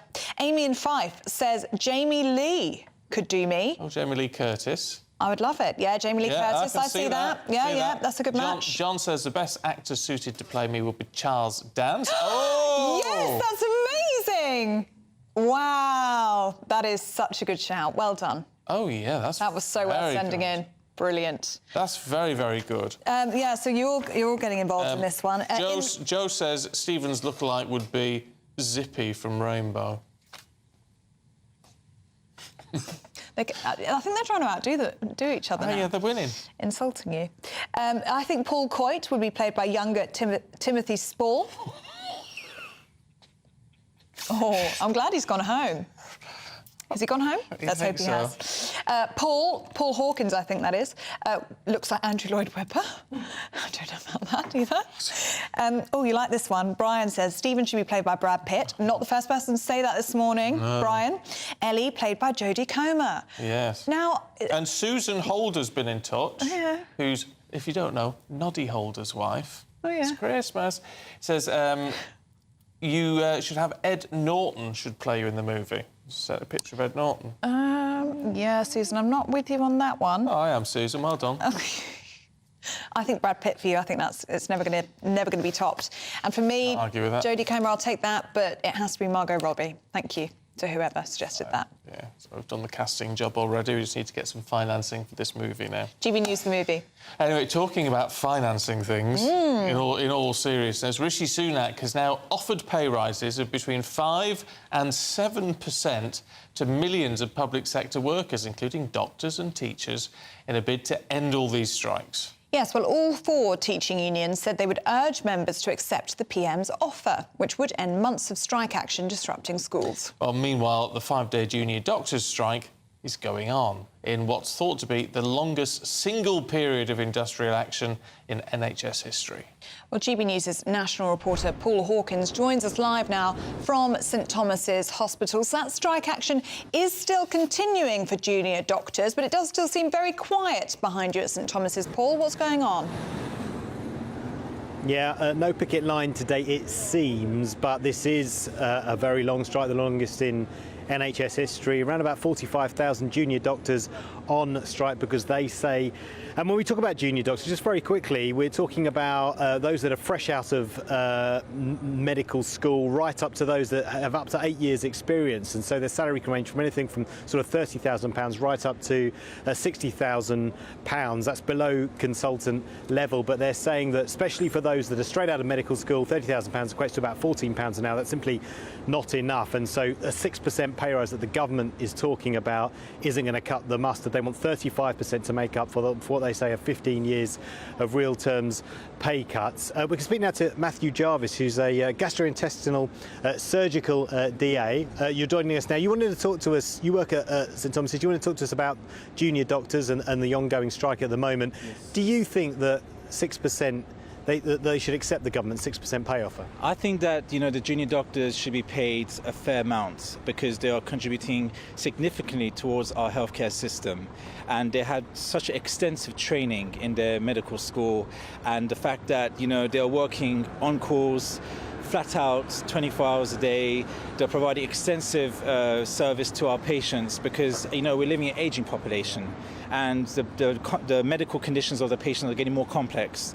So that's why the junior doctors are so vital in providing that extra support. But no one would deny that, but they want 35% pay increase, and the government's saying it's 6% and that's your final offer. Do you think 35% is too much? A lot of people, Rishi Sunak says there's no more money. Yeah, I think that they deserve that percentage, and I agree with whatever percentage that they are being offered. If it's to that high level, they should be given that, because they have studied extensively, they have done extensive training, they have went through placement to placement, and they are always keeping on top of their game, and they are very, very sort of knowledgeable in their field. So to be honest, I would say that they need that high percentage, because 35, because they're not getting enough paid. Okay. And I would say the salary is for a junior doctor who's been studying extensively for 6 years and doing additional training after that should be given more. All right, really good to talk to you. Thank you so much. Thank you very much. Thank you. That is Matthew Jarvis, who's a gastrointestinal surgical DA. So he basically helps the dietitians both before and after surgery, helping those patients with their diets. And speaking of missed appointments, in fact, 600,000 at the moment by the end of May. That is the number of NHS appointments that have been missed because of the strikes. And of course, if you're trying to reduce that 7.47 million long waiting list. That's the number of people that are waiting for surgery, waiting for operations in England. Then getting that down, very, very difficult. In fact, it's risen from 7.42 million, the latest figures show. So getting the list down, very difficult when you've got these ongoing strikes. But as Rishi Sunak has said, there is no more money and there will be no more talks, and that's the final pay offer. But the BMA are saying we're carrying on striking. OK. Paul, thanks very much indeed. Our political reporter, Olivia Utley, is here in the studio. Morning, Olivia. I mean, look, this is the PM being firm, isn't it? Strike all you want, but there's nothing more on the table.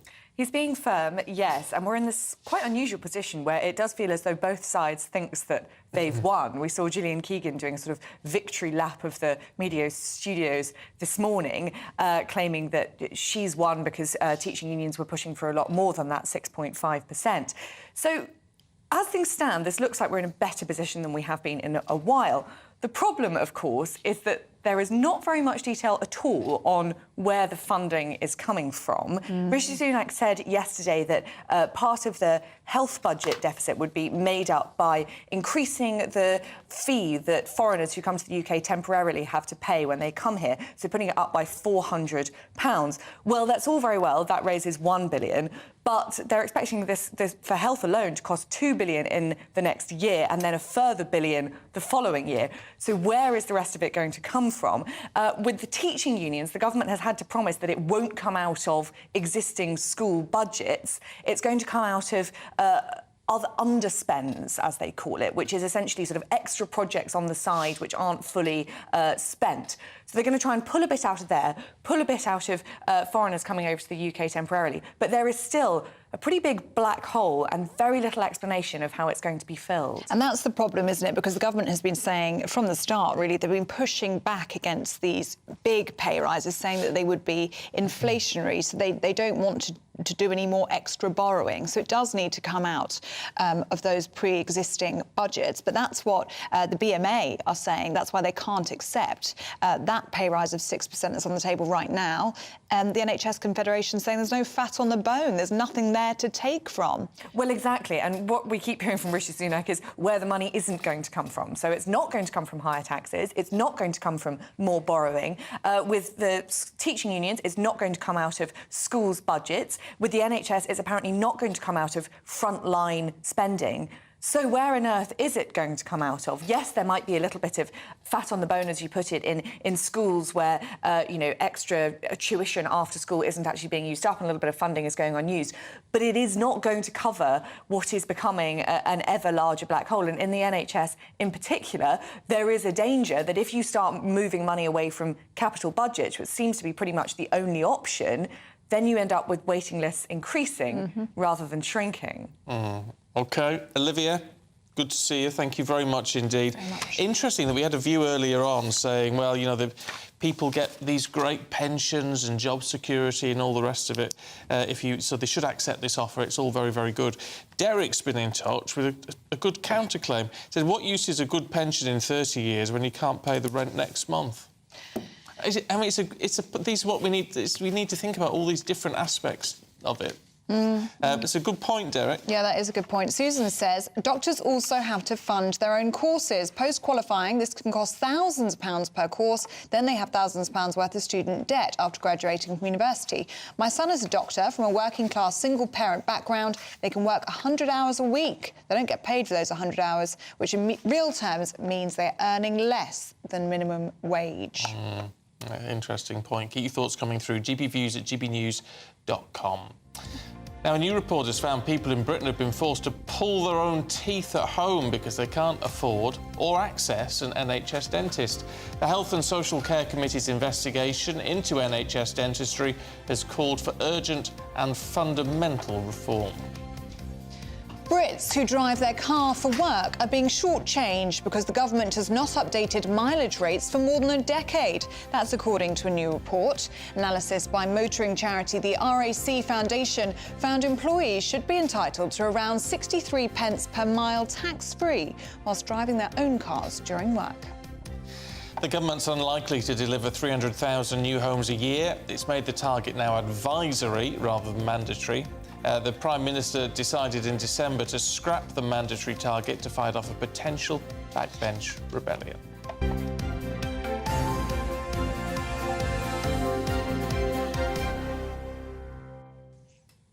Now, Queen Camilla will not receive her own annuity from Parliament, despite the previous consort, that was the late Duke of Edinburgh, being paid nearly £360,000 a year to fund his official duties. Well, a National Audit Office report into the royal finances confirmed Camilla's activities will be met instead by the sovereign grant rather than by a separate payment. Let's talk to our royal correspondent, Cameron Walker. Good morning to you. Good morning to you both. Hello. Well, what's going on with this? I mean, it sounds like a sensible idea. I had no idea that Prince Philip wasn't funded out of the sovereign grant. Yeah, I don't think it's going to come as a huge surprise to the royal household, but obviously we now have it in black and white from the National Audit Office report. So under the old system of how the royal family was funded, known as the civil list, Prince Philip, as consort to the late Queen Elizabeth II, received a £359,000 annual allowance from Parliament.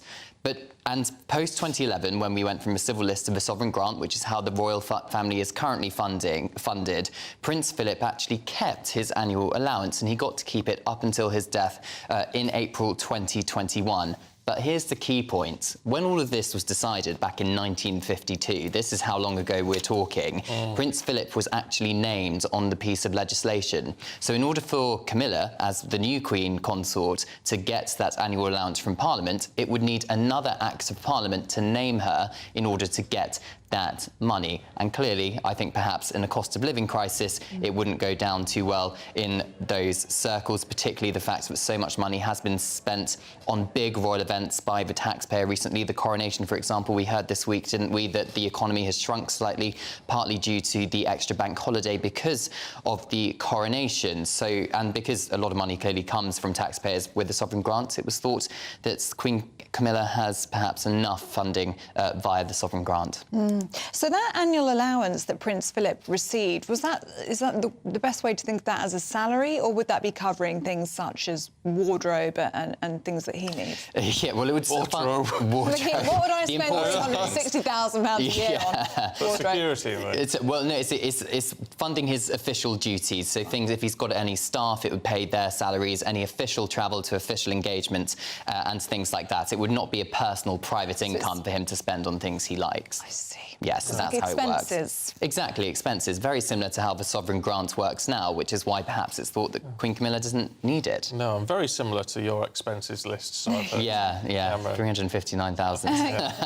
Well, I think this is a very sensible move. But it's part of that slimming down, isn't it? Yeah. Slimming down of the monarchy. We know that that's something that's really important to King Charles, is value for money, really. Yeah, it certainly is. And I think Buckingham Palace at the moment, the sovereign grants, taxpayers is having to spend a lot more on it because it's being refurbished. refurbished at the moment, so they're redoing the lighting and the heating and the plumbing and everything to make it a bit more modern in terms of the amenities. But so far, £185 million of taxpayers' money has been spent redoing Buckingham Palace. It's still got a couple of years to go. It's a 10-year project, and clearly they have to get money from somewhere. There's thoughts of perhaps they're going to open it up longer to the public to view. Of course, the new exhibition is open today as well, so we'll have to wait and see. We will. Cameron, thank you very much Thanks, indeed. Cameron. Coming up, where do we stand as a country in the space race? We'll find out in just a moment.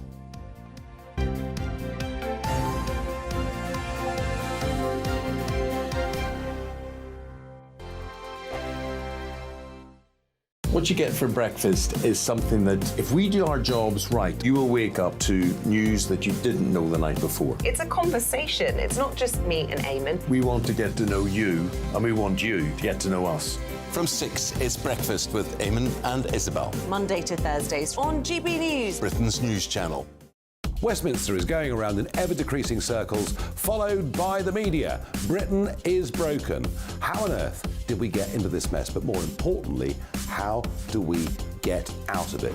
Join me at 7 p.m, Monday to Thursdays on Farage, here on GB News. We will have open, rational debate. We've got to work out how Britain moves forward from this. Join us here on GB News, the People's Channel. Britain is watching. When the news happens, it happens here. And really important breaking news. Breaking news this morning. On TV, radio and online, the news starts here on Britain's Newsroom. All the biggest stories and the answers that you need from across the UK and beyond. Join Britain's Newsroom from 9:30 on GB News. The People's Channel, Britain's news channel. Join me, Patrick Christie's, Monday to Friday, 3 till 6. We tackle the day's news agenda like you've never seen before. It's high tempo, high octane, the most controversial topics and the best guests. You will not be able to take your eyes and ears off it. I'm not afraid to ask the questions that you really want answered. 3 till 6 p.m, Monday to Friday on GB News, the People's Channel, Britain's news channel.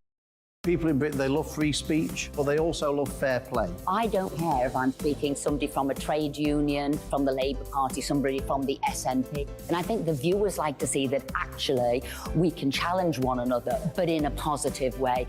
We think we ask the questions that people want to ask, and often we ask the questions that we wanted to ask in Parliament but never got the chance to ask. So join us every Saturday, 10 a.m. till noon on GB News, Britain's news channel. Hi, I'm Dan Wootton. You can watch me live on GB News Monday to Thursday from 9 p.m. And did you know that you can also watch and listen live on our website, gbnews.com?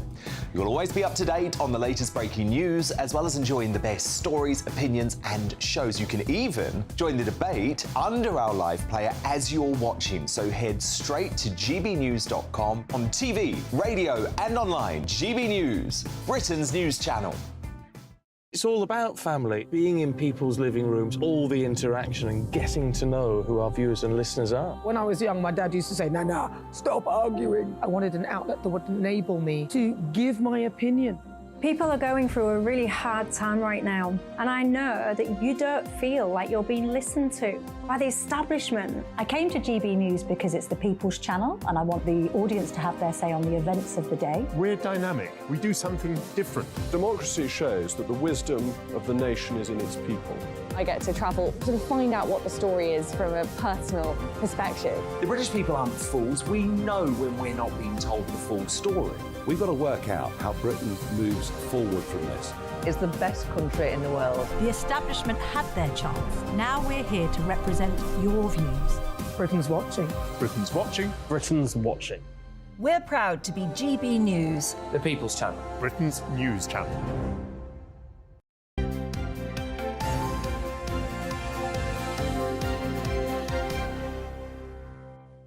It's 9:19. Good morning. This is Breakfast with Stephen and Ellie. And do keep your views coming in. gbviews@gbnews.com. We do love to hear from you. We do. Now, time is a-ticking for the government to turn British ambitions for space launches on home soil into some sort of reality. That's according to MPs, at least. A new report published by the Commons Science, Innovation and Technology Committee has criticised a disjointed approach to space policy which hampers launch potential. Ah, yes, so there you go. It's all a bit depressing. Let's talk to space and planetary scientist Andy Lound, who joins us now. What's going wrong, Andy? I mean, I know it's difficult to get all of this interconnected, but if we don't, we're just going to miss the boat, aren't we?